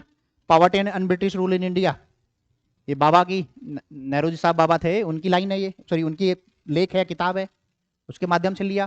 फिर इस पे कौन ने, जॉन सोल्विन ने एक कमेंट भी दिया है कि यहाँ से क्या, गंगा के किनारे से, यमुना गंगा किनारे से स्पंज से हमने पानी भरा और टेम्स नदी में निचोड़ दिया, यानी सारा धन यहां से ले गए, उसकी उपमा भी दी है। फिर क्या लिखा है, इसके साधन क्या क्या थे, और इसमें यह भी लिखा हुआ है कि नेहरू जी साहब ने 2 प्रकार बताए थे इसके धन के निष्कासन के, ठीक है।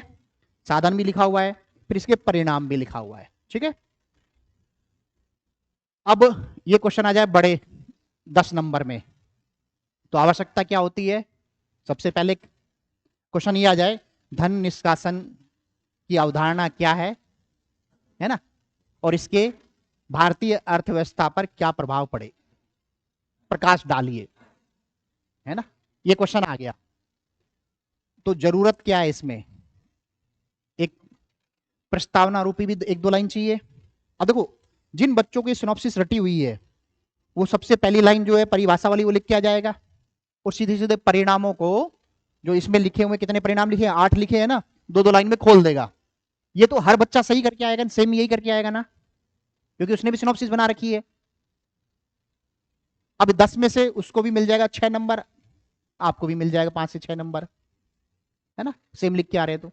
अब उसको पीछे छोड़ना ही पास होना है, यानी कंपटीशन की एक शर्त है बेटा मूलभूत, कि दूसरों को पीछे छोड़ना ही आपका पास होना होता है, और यही रेस का भी नियम है।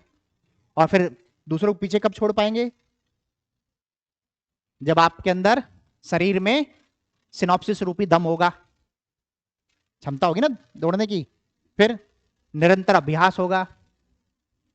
भाई दौड़ने का निरंतर अभ्यास होगा, यानी उत्तर लिखन का निरंतर अभ्यास हो हमारे पास में, उसकी स्किल्स हो कि भैया इतना वेट हमारे शरीर में, तो उसके हिसाब से थोड़ा कितने झुक के चल दौड़ोगे तो थोड़ी एयर अच्छे क्रॉस कर लोगे, ऐसे बताते हैं ना कोच। तो सेम चीज, तभी आप दूसरों को पीछे छोड़ पाएंगे, तो ये शर्त है। अब ये क्वेश्चन क्या है, बिल्कुल सामान्य सा क्वेश्चन है, हर बच्चा जो तैयारी कर रहा होगा सामान्य रूप से ठीक ठाक, वो उसको उसकी परिभाषा भी रटी हुई होगी, नेरोजी साहब का नाम भी रटा होगा, उनकी किताब का नाम भी रटा होगा, और इसके परिणाम भी रटे होंगे। बट नाम क्या है, अर्जुन बाबू को उससे 1 या 2 नंबर एक्स्ट्रा चाहिए, तो कैसे आएंगे, वो आएंगे पिज्जा की टॉपिंग से। किससे आएंगे, पिज्जा की टॉपिंग। अब पिज्जा की टॉपिंग कहां से पकड़ी है मेरी, पहली प्रस्तावना में क्वेश्चन के में, और फिर अंतिम में निष्कर्ष में। तो प्रस्तावना में क्या आएगा, क्या आएगा भाई, पहले तो आपने परिभाषा लिखी, वो परिभाषा भी, अवधारणा भी इसकी प्रस्तावना के अंदर ही आ जाएगी, फिर साथ में क्या लिख दिया, अब इसका स्रोत भी लिखेंगे, पहले तो वेरिफिकेशन और करेंगे कि नहीं करेंगे इसका। तो वेरिफिकेशन किससे हो रहा है, नेरोजी की किताब का नाम, ये है उत्तर का पुष्टिकरण, है ना, कि ये अवधारणा हमें कहां से प्राप्त हुई है ये बताना पड़ेगा, वो भी कहां, प्रस्तावना में। ठीक है ना, तो वेरीफाइड हो गई। अब दूसरा बच्चा बुलाया तो आपने लिखी, तो आपको नंबर मिलेगा ही नहीं मिलेगा इससे, बट क्वेश्चन में तो ऐसा नहीं लिखा था ना कि कहां से लिया गया, वहां पे तो मात्र क्या लिखा था, क्या है और इसके परिणाम बताइए, फिर भी हमने लिखी, क्यों, क्योंकि जरूरत है इसकी, इसके बिना वेरीफाई नहीं है आपका उत्तर। ठीक है, फिर आपने वही किताबी लिख दिया उत्तर पूरा, फिर लास्ट में जब परिणाम लिखने के बाद में कंक्लूड करेंगे तो सुलीवन बाबा की लाइन लिख देंगे, है ना, तो नंबर 1 एक्स्ट्रा मिलेगा या नहीं मिलेगा दूसरे की तुलना में, है ना।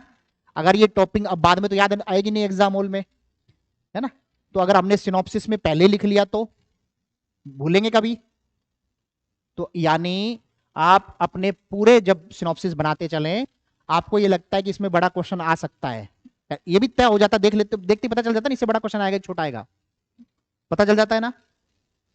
तो आपका काम क्या होना चाहिए, पहला कि जब सिनॉप्सिस का बेसिक हो जाए तो आप ये देखें कि अगर ये बड़ा क्वेश्चन आए तो कल को सिनॉप्सिस, सॉरी, मुझे प्रस्तावना में क्या लिखना है और निष्कर्ष में क्या लिखना है, किताब ढूंढ लो, किताब में लिखाओ। अब वो ये लूसेंट में तो मिलेगा नहीं ये कोटेशन वगैरह, पतली किताब में भी नहीं मिल रहा है, तो मोटी किताब ले लेना भैया कभी कभी लगे तो अब मोटी किताब मतलब निर्माण, है ना, तो उसमें दिया है इसलिए मैं बोल रहा हूँ। तो वहां से उठा के यहीं पे लिख लिया, फिर क्या होगा, रिवीजन करेंगे बार बार, हमेशा याद रहेगा। मान लो निर्माण भी नहीं है आपके पास में, नहीं लेना है, तो आपके पास में मोबाइल है ही, है ना, तो कर लो यार थोड़ा सा गूगल, टॉपिक डालो, इस टॉपिक के संदर्भ में किसी इतिहासकार का कथन, तो कोई ना कोई आ जाएगा, उसको वेरीफाई कर लो, क्योंकि चैट जीपीटी भी सही नहीं है, बहुत सारी गलतियां देते, उसको वेरीफाई कर लो और तुरंत फिर टॉपिक रूपी जगह पर चिपका लो सिनॉप्सिस में। क्लियर, ये तरीका होगा, और ये अनिवार्यतम करना है बेटा, क्योंकि तभी आप दूसरों को पीछे छोड़ पाएंगे, अन्यथा कोई मतलब नहीं है। क्योंकि सिंपल चीज मात्र पढ़ के रट के जाने से, आंसर राइटिंग भी सिंपल लिखने की क्षमता है, तो कभी पास नहीं होने वाले हैं। क्यों, क्योंकि 2 मार्कर में सब बराबर है, वैसा ही लिख के आ रहे हैं।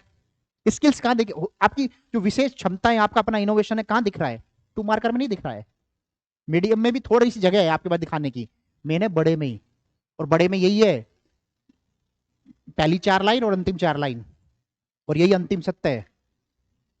और यहां पे कुछ विशेष दिखा, तार्किक दिखा, और वेरीफाई कर रहा है तो अनिवार्यतम नंबर मिलना है, ये गारंटी है, छाती ठोक के मैं गारंटी दे सकता हूं। ठीक है ना, तो आदत डाल लो इसकी अभी सही। ठीक है, आगे चले। अब इसके धन के निष्कासन में कुछ समस्या आ रही है? अब जैसे इसमें क्या लिखा है, ग्रामीण गरीबी, अब इसमें जरूरत भी नहीं मिली कीवर्ड। हाँ, अब एक जरूरत हो सकती है, अगर आपको उस किताब में कहीं कोई डेटा दिया गया हो कि 1757 से 1857 के बीच में गरीबी 500% थी, मान लो ऐसा हो, मुझे नहीं पता क्या है, तो ये डेटा डैश लगा के लिख लिया, तो ये क्या हो गया, कंप्लीट हो गया। ये भी क्या, ये वाला पॉइंट भी वेरीफाई हो गया ना। हाँ, अगर मान लो ऐसी कोई डेटा नहीं है उस टॉपिक के संबंध में और मुझे पूरी कहानी इसी से याद आ जा रही है, तो भाई 2 वर्ड मेरे लिए काफी हो गया, है ना, कभी भी 2 लाइन में एलोबरेट कर लेंगे, है ना। अभी बताओ, अभी इतनी कहानी के बाद में आप इस क्वेश्चन को 150 शब्द में लिखने की क्षमता रखते हो नहीं रखते हो? आ जाएगी नहीं आ जाएगी? तो समय बच गया ना।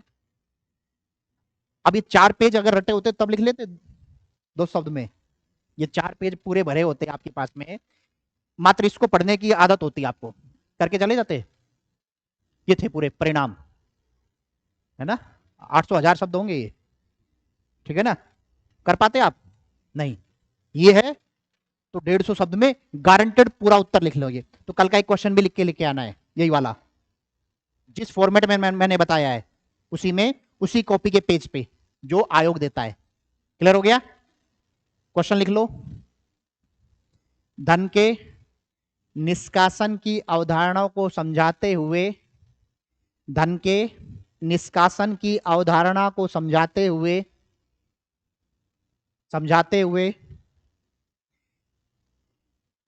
भारतीय अर्थव्यवस्था पर या तत्कालीन भारतीय अर्थव्यवस्था पर इसके प्रभाव पर प्रकाश डालिए।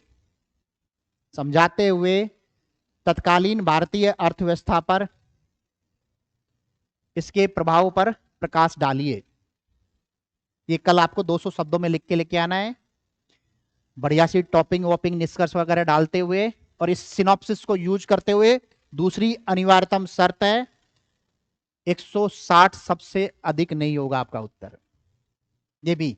और जब उत्तर लिख लेंगे तो प्रॉपर वर्ड गिन करके, का के की हाई भी गिन करके, और ऊपर लिखना भी कितने शब्दों में पूरा हुआ है मेरा, ठीक है ना।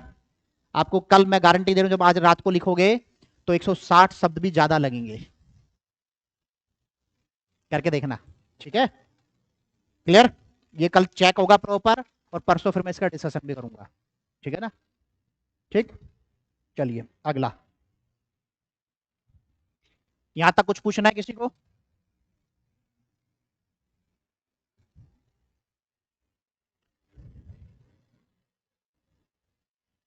ये वाला नहीं मिला होगा आप लोगों को पेज, है ना, गीता वाला।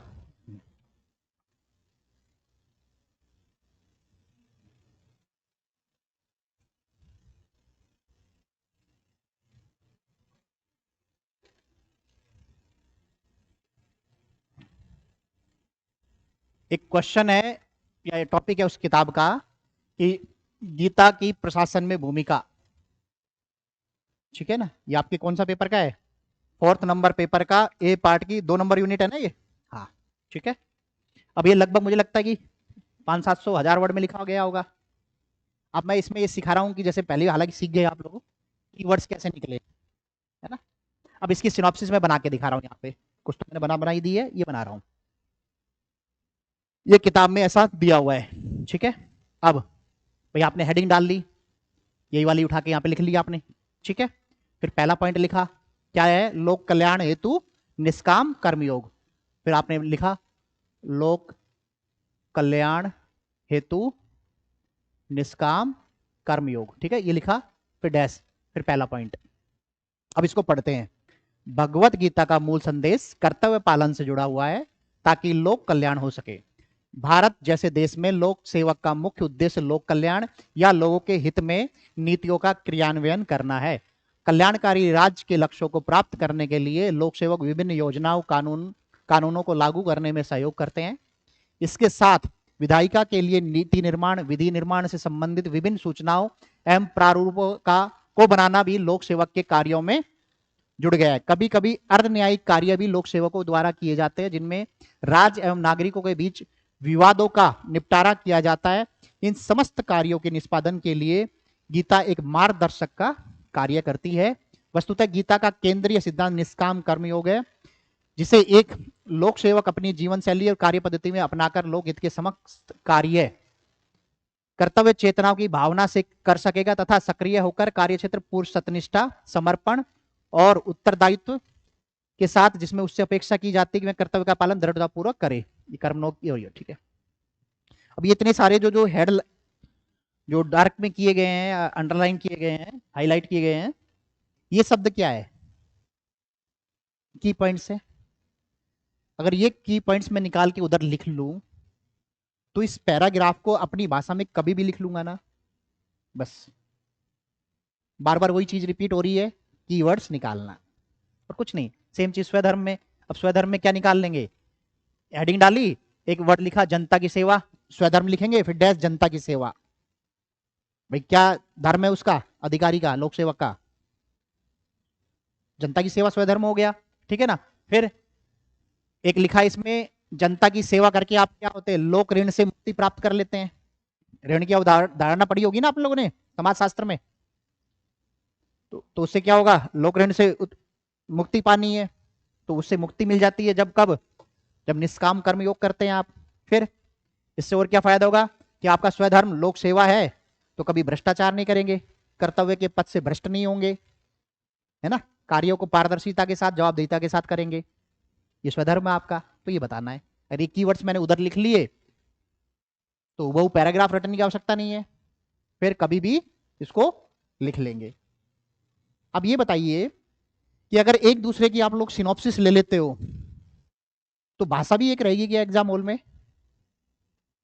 नहीं रहेगी ना। तो बेटा इसलिए ग्रुप बना लो। और लड़कियां सबसे नालायक होती है नोट शेयरिंग में, है ना। लड़के फिर भी मित्रता, नहीं तो गाली गलौज से मित्र अगर थोड़ा सा कमीना भी हो ना तो लड़के गाली गलौज से उठा भी लाते हैं, लड़कियां वो हिम्मत भी नहीं कर पाती है। ये सच है ना। हाँ, लड़के ये भी है नालायक होते हैं थोड़े बहुत, कि लड़का मांगे साला देता नहीं है, लड़की अब मांगेगी तो घर पे भी दे आएगा, है ना। देखा है मैं, एक्चुअली में क्या है, मैं यहाँ रहता हूँ, सामने कौन सी कॉलोनी है? विष्णुपुरी में जो मंदिर है उसके पीछे ही मैं रहता हूँ, वहाँ पे गेस्ट हाउस है हमारा। तो बगल में गर्ल्स हॉस्टल है, सामने गर्ल्स हॉस्टल की दुनिया है उधर पूरी, ठीक है। तो वहाँ पे 3 लोग दिखते हैं, या तो कुत्ते दिखते हैं, या लड़कियां दिखती हैं, या सरदार जी दिखते हैं। चौथा मैं कभी कभार मैं दिख जाता हूँ। बाकी पूरी लाइन वही है, सरदारों का मोहल्ला है पूरा, है ना। बट सही बता रहा हूँ कि बहुत भयंकर डिसिप्लिन रखते हैं यार वो लोग उस कॉलोनी में, उस वाली लाइन में। मुझे नहीं पता बाकी का क्या हाल है, बट फिर भी कभी कभी मैं देखता हूँ कि लड़कियां कभी नोट्स देने नहीं आई दूसरी लड़की को। आती है ना कुछ बाइकें रुकी आके, लड़के आते रहते हैं वहाँ पे, नोट्स देके जाते हो, लड़की ले जाती है। तो ये देखा है मैंने। तो मतलब लड़के कई बार सर नोट्स कोई ग्रुप ही नहीं बन रहा है, तो मैं फिर यही बोलता हूँ बेटा तू लड़की होती तो काश तेरे को नोट्स मिल जाते, है ना। तो दुर्भाग्य तेरा, ठीक है। खैर, कहने का मतलब ये है कि बेटा जो आपकी सिनॉप्सिस होती है ना, वो होते है पूरी तैयारी का कंकाल तंत्र, स्केल्टन है, ठीक है। और स्केल्टन सभी का लगभग समान ही होगा ना, है ना।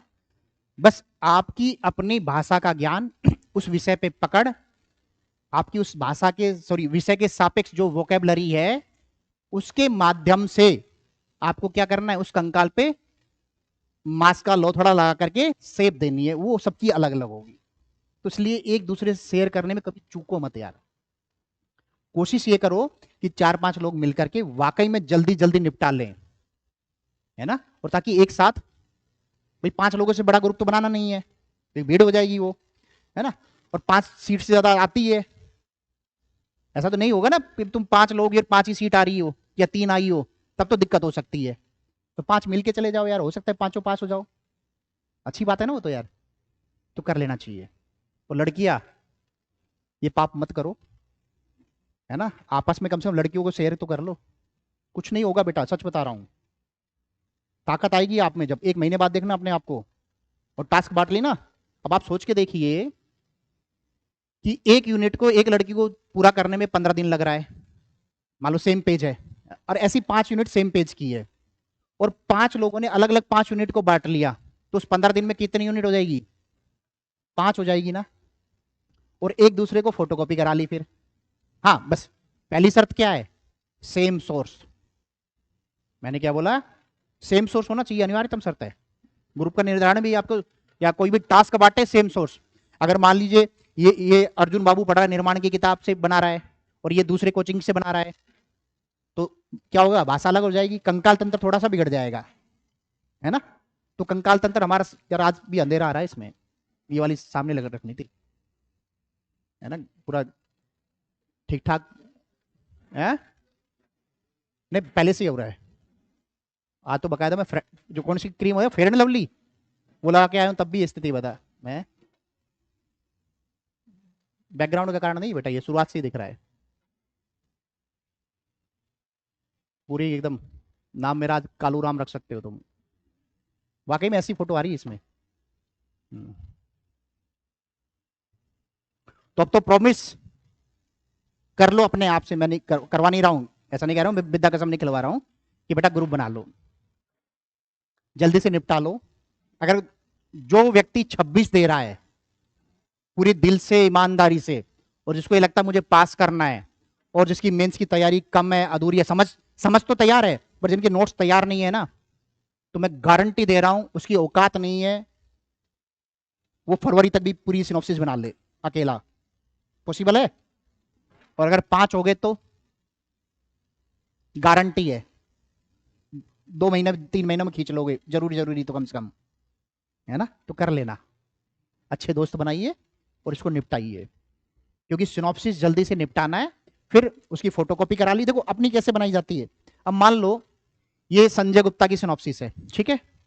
अब अर्जुन ने इसकी फोटोकॉपी करा ली है, ठीक है। अब अर्जुन के पास भी यही वाली किताब है जिससे बनाई है, तो अर्जुन क्या करेगा? पहला चैप्टर इसका पढ़ा, फिर सिनॉप्सिस का पहला चैप्टर पढ़ा, फिर अर्जुन को लगा कि मुझे 1-2 लाइन ऐड करनी है, कोई काटनी है, वो काट दी। और मैंने फॉर्मेट भी फिक्स किया हुआ था, जगह छोड़ करके बनाई हुई है मैंने। इसको कुछ और ऐड करना है, कोई टॉपिंग एक्स्ट्रा डालनी है इसको अपने स्वभाव के अनुसार, वो लिख लिया। तो अब क्या हुआ? संजय गुप्ता कन्वर्ट इन अर्जुन बाबू, है ना। बट सेम सोर्स, बस पहली शर्त है, ये ध्यान रखना, नहीं तो खिचड़ी बन जाएगी। क्लियर हुआ? तो आज जाकर के, है ना, एक ग्रुप का निर्धारण भी कर लेना। जब 4-5 दिन, अभी 6 दिन आप लोग इसी कमरे में बार बार आके बैठेंगे, मान लो आपका बाहर का ग्रुप नहीं है, या जहां भी संस्थान में पढ़ते थे वहां का ग्रुप नहीं है, तो यहाँ पे तैयार कर लो, है ना। ठीक है, और कर लेना। धन्यवाद दोगे, मजाक नहीं कर रहा हूं। ठीक है, चलिए आगे। तो ये क्लियर हो गया, ये बना लेंगे। ठीक है, चलो एक दो और भी देख लेते हैं। नातेदारी, ये मिला है आपको? अभी नातेदारी उस किताब में ठीक ठाक पेजों में होगा, और यहाँ पे कितने पेज में खत्म किया है? मुझे नहीं मिला यार गुरु, नातेदारी मुझे भी दिलवा दो यार एक। अच्छा इधर है क्या? नहीं आया मेरे पास में। नातेदारी मिल गया आप लोगों को? दिलवा दो हमको, देख लो यार मैं भी कैसा है। अच्छा मिल गया मिल गया, इधर गायब हो गया था। है। अब इसमें एक चीज मैं दिखाने अब इसमें कुछ एक नयापन हो रहा है, वो है ये।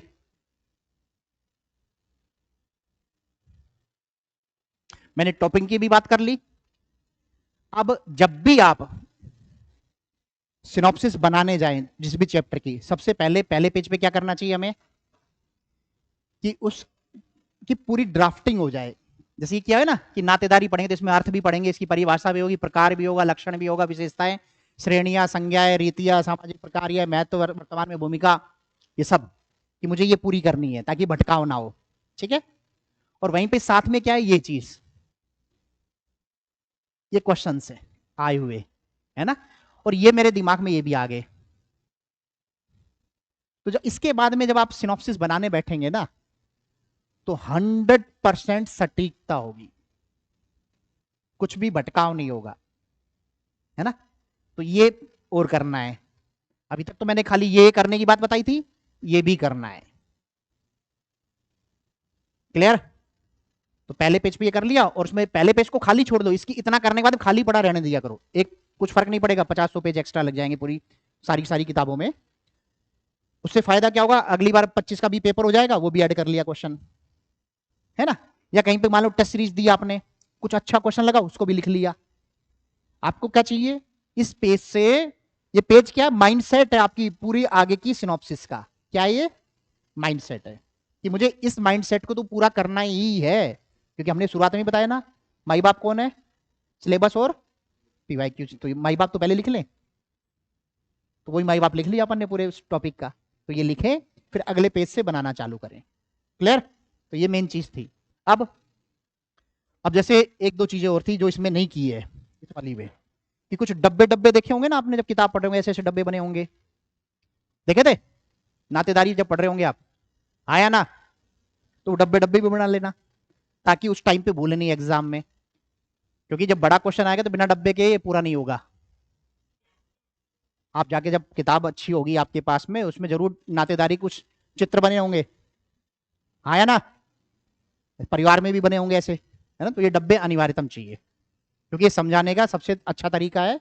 और प्रेजेंटेशन प्रस्तुतिकरण क्या है, क्या मीनिंग है उसका, कि सहज भाषा से, सहज प्रस्तुति चित्रांकन से सामने वाले के दिमाग में मैं अपनी बात को घुसेड़ दूं। क्यों अर्जुन बाबू, यही है ना, है? तो सहज तरीके से, तो जब पिक्टोग्राफी तो बेस्ट सहजता होती है किसी भी प्रेजेंटेशन की, तो ये अनिवार्यतम है ना। तो वो भी बना लें आप इसमें, ठीक है। अब इसमें वही वाली बात है कि मैंने अर्थ लिखा, अब इसको और भी छोटा कर सकते, तो कर सकता था कोई कि सर आपने तो इसमें पूरी परिभाषा लिख दी, है ना। आपका मन है, आप इसको ये भी कर सकते थे, इसके कीवर्ड्स निकाल लेते। इसमें पहला कीवर्ड क्या है, दो या दो से अधिक व्यक्ति, रक्त संबंध, है ना, और या फिर विवाह, फिर आधार पर परस्पर संबंध, ये है। तो इसमें 3 से 4 कीवर्ड है, लिख लेते आप वहीं पर आराम से। यहाँ पे एक बॉक्स बना लेते, सॉरी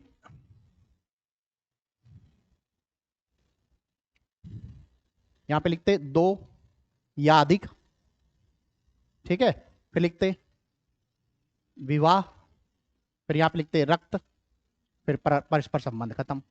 ऐसे कुछ चित्रांकन भी करिए, कुछ भी आपको करना है ऐसा भी करके कुछ बना लेते, है ना। बट एक मेरा, क्या मैंने साइकोलॉजी ठीक ठाक पढ़ी है, तो साइकोलॉजी में मैं पता इस चित्रांकन जो रंग बिरंगा किया हुआ है ना, ये देखने में अच्छा है, याद करने में नहीं है। ये जो रंग बिरंगा किया हुआ है देखने में अच्छा है, हमेशा एक बहुत माइनर साइकोलॉजी आप जब डीप में कभी पढ़ेंगे तो उसमें दिया हुआ है कि एक कलर की जब किताब होती है ना, वो जल्दी याद होती है।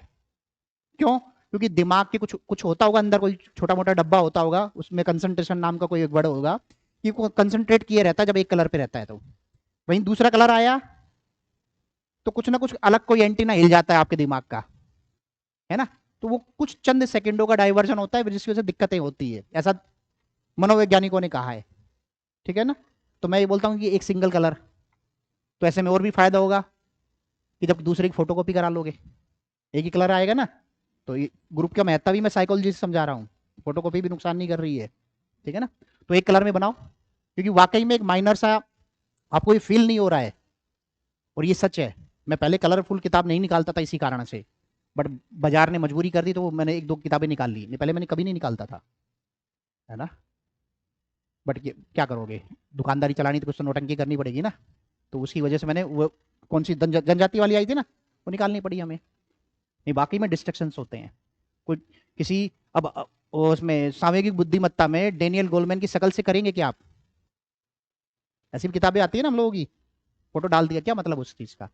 अगर मैं कौटिल्य की फोटो डाल दूं उस किताब में, क्या मिलेगा, मतलब नहीं है ना, कुछ लाइन से। अब इस लाइन में पूरी कहानी, अगर ये आप पूरी सेंटेंस, अब सेम चीज इसमें भी, आप जब पूरी परिभाषा पढ़ते हो ना, तो परिभाषा भी लिखो और ये चित्रांकन भी कर लो, अगर आपको लग रहा है तो अच्छे से याद हो जाएगा, ठीक है ना। बट पेपर में तो ये पूरी लाइन ही लिखनी पड़ेगी ना, हाँ, ठीक है। अब ये करके, अब ये लिखा रह गया ना, तो ये भूल जाओगे कुछ दिन के बाद में, ये भी है साथ में, ठीक है ना। फिर भी दूसरा ये, हर व्यक्ति का, हर बच्चे का अपना मनोविज्ञान है। ये हो सकता है कि मैंने पढ़ी उस साइकोलॉजी को, मैंने फील कर लिया, आपको फील नहीं हो रहा है, तो करिए रंग बिरंगा, क्योंकि याद किसको करना है, एक अंतिम सत्य ये भी, अपने मरने से स्वर्ग मिलता है, तो आप आपके लिए जो सहजता है वो कर लीजिए। अंतिम लाइन ये है जिसमें आपको लगता है कि मुझे कंफर्ट जोन है, मुझे याद हो रहा है, तो वो काम आप करें। ठीक है, चलिए आगे चले थोड़ा सा। तो यहां पे तो मुझे लगता है नहीं फिर अंदर की एक लाइन बांचने का कोई मतलब है। चले आगे। हाँ, ये वही चीजें हैं, सब उन्हीं को छोटा छोटा किया गया है सबको। अब देखो ये सब क्या है? उत्तर का पुष्टिकरण। एग्जाम्पल भी लिख लिया, जरूरी नहीं था। अब मात्र इतने भर से इतना लिखा हमने, तो क्या जरूरी था कि हमें कोई एग्जाम्पल भी याद आ जाए? नहीं है ना। तो वहां पे उत्तर के पुष्टिकरण के लिए एग्जाम्पल भी लिखते चलें अगर कोई जरूरी है तो, नहीं तो एग्जाम हॉल में याद नहीं आएगा। ठीक है, चलिए आगे। वही सब चल रहा है आपके हाथ में, ये सब तो है ना। हाँ, चलो एक ज्योग्राफी का देख लेते हैं।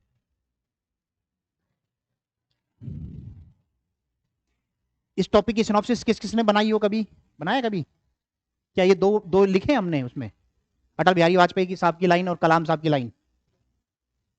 सोचो इतना नीरस टॉपिक है ना ज्योग्राफी का, अगर इस एक भूमिका में आ जाए, एक निष्कर्ष में आ जाए, तो क्या होगा? 2 नंबर मिलेंगे एक्स्ट्रा या नहीं मिलेंगे? है ना। कर लेना ये सब। फोटो खींच लो इसकी। ये वाला टॉपिक मिला नहीं ना आप लोगों को? हाँ, फोटो खींच लो इसकी। ये जाके आज ही लिख लेना अपनी किताब में, नोट्स में।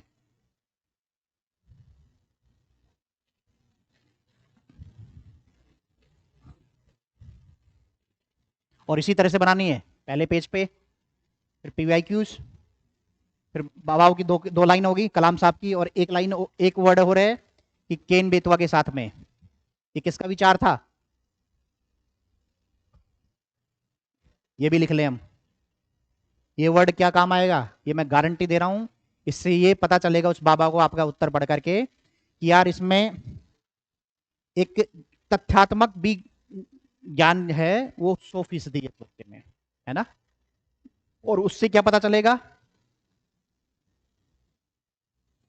कि किसी भी चीज को समझ कभी कहीं पढ़ा होगा आपने कलाम साहब की लाइन, कहीं पढ़ी होगी अटल बिहारी वाजपेयी साहब की लाइन।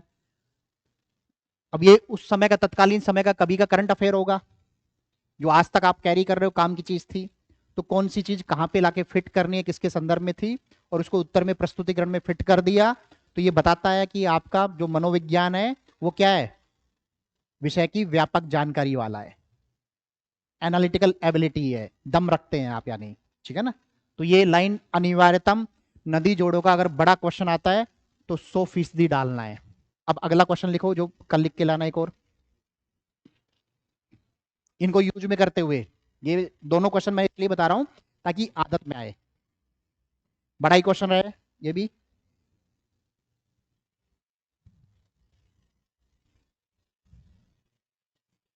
हम्म, नदी जल या नदी जोड़ो परियोजना, नदी जोड़ो परियोजना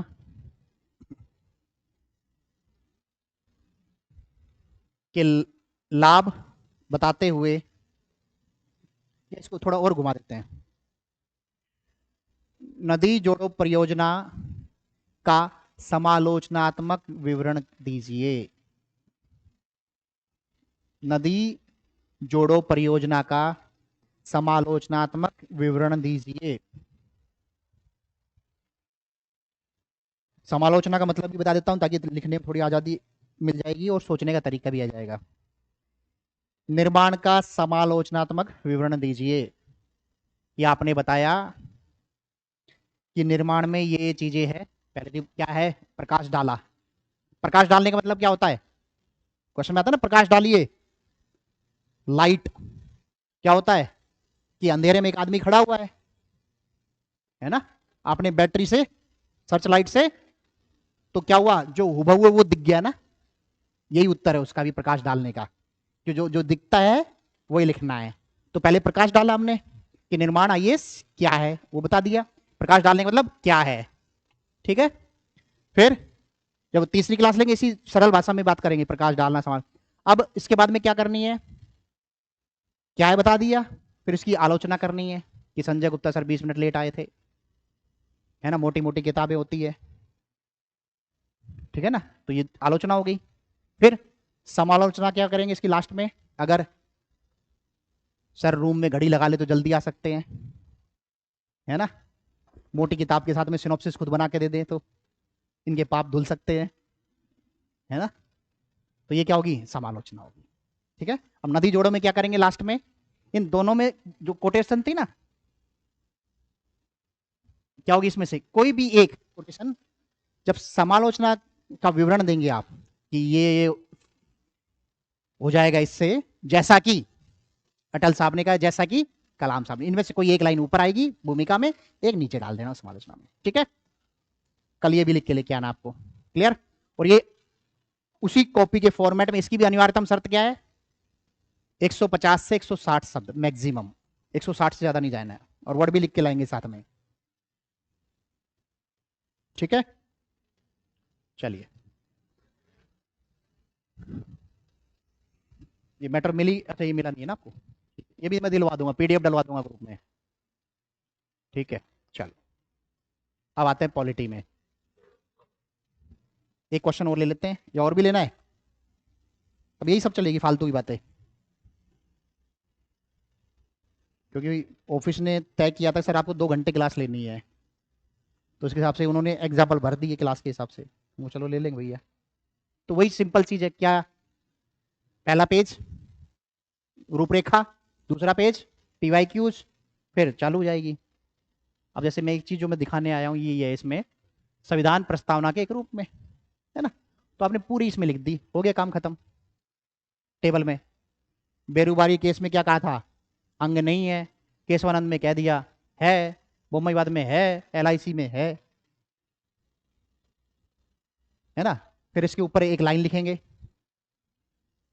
अब इसमें निष्कर्ष और प्रस्तावना में बाबाओं की लाइन आएगी, है ना। पहले तो सबसे पहले बताएंगे कि आत्मा है, दर्शन है, थोड़ी सी लाइन लफेबाजी वाली। फिर हिदायतुल्लाह ने ये कहा, या नेहरू जी ने ये कहा, या अंबेडकर साहब ने ये कहा, है ना, वो बता दिया कि आत्मा ही एक तरह से। फिर समय समय पर माननीय सुप्रीम कोर्ट ने विभिन्न विभिन्न वादों में इसके संदर्भ में निर्णय दिए जो कि निम्न है, फिर ये चार्ट बना दिया, है ना। फिर अंत में क्या कंक्लूड कर दिया, आज स्थापित क्या है, ठीक है ना। अंतिम वाले वाद में माननीय सुप्रीम कोर्ट में इसको अनिवार्यतम अंग बताया है, और जैसा कि फिर एक बाबा की लाइन डाल दी, हो गया उत्तर। तो 2 बाबाओं की लाइन से क्या 1 नंबर ऊपर 1 नंबर नीचे एक्स्ट्रा मिलेगा कि नहीं मिलेगा दूसरी तुलना में, और एक सिंपल से क्वेश्चन में बीच की चीज तो सबने रट रखी होगी ना, है ना। बट आपको मिला किससे नंबर, भूमिका से और निष्कर्ष से, तो ये भी वहीं चिपका लेंगे, किसमें, सिनॉप्सिस में ही, है ना, ठीक है। चलिए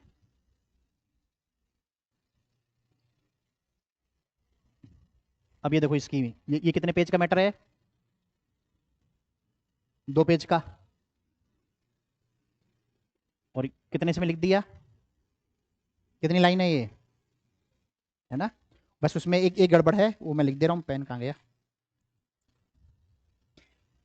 ये जो लाइन कही थी पहली वाली, ये सुभाष कश्यप ने बोला ये लाइन, बस क्योंकि आगे मैटर में दिया है, यहाँ पे लिखना भूल गए, ये गड़बड़ होगी। ये वाली जो तीसरी वाली लाइन है, ये बेरूबारी वाला जो विवाद था, उस वाद में सुप्रीम कोर्ट ने बोला है, तो ये और लिखना है उसमें, जरूरी है, ठीक है। तो ये कितनी कितनी लाइन है ये, 7 छोटे छोटे पॉइंट से पूरा 2 पेज, 1.5 पेज मान लो कवर हो जा रहा है, वो रट गया तो, ठीक है। चलिए इकोनॉमिक्स का भी दिया है, अच्छा। अब एक टॉपिक है, एक अच्छी कर प्रणाली की विशेषताएं, है ना। पॉइंट तो निकाल ही लोगे। अब इसमें मैं 2 टॉपिक दे देता हूं, लिख लो, काम की है, ये क्वेश्चन कभी भी पूछा जा सकता है। एक तो लिख भी दिया इधर, कौटिल्य के अनुसार एक प्रभावी, ये इसीलिए दिया है, ऐसे टॉपिक लिख लो साइड में, अगर जगह नहीं है तो, दिख गया ना ये, साइड में हमने लिख ली पेज के में, कि कौटिल्य के अनुसार एक प्रभावी कराधारण प्रणाली को न्याय संगत, कुशल और राज्य की आवश्यकताओं को पूरा करने वाली होनी चाहिए, तो ऐसी लाइन लिखी है। फिर 2 लाइन और लिख लो, राम राज्य में कर की अवधारणा क्या थी, है ना। रामराज में कर अवधारणा फिर डैश लिखो। न प्रजा पर कर का बोझ, न प्रजा पर कर का बोझ, न शासन का भय, न शासन का भय, न प्रजा पर कर का बोझ, ठीक है। और अगला वर्ड क्या है? न शासन का भय।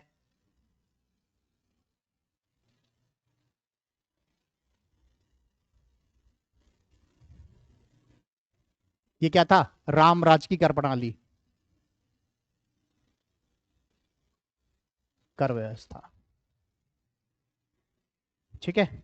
एक कौटिल्य की और लाइन है चाणक्य साहब की, बहुत प्यारी सी, उसको भी लिख लो। वो बोलते हैं राजा का, या राजा को, सॉरी, राजा को मधुमक्खी की तरह कर वसूलना चाहिए। राजा को मधुमक्खी की तरह कर वसूलना चाहिए, या वसूल करना चाहिए, मधुमक्खी हनी बीज की तरह कर वसूलना चाहिए। जैसे मधुमक्खी फूल से रस लेती है, जैसे मधुमक्खी फूल से रस लेती है, पर फूल को कोई हानि नहीं पहुंचाती है, पर फूल को कोई हानि नहीं पहुंचाती है। ये अर्थशास्त्र नामक किताब के अध्याय 5 में लिखा गया है। ये लाइन लिख लिया? दोबारा बोलूं? बोल दूं? हाँ।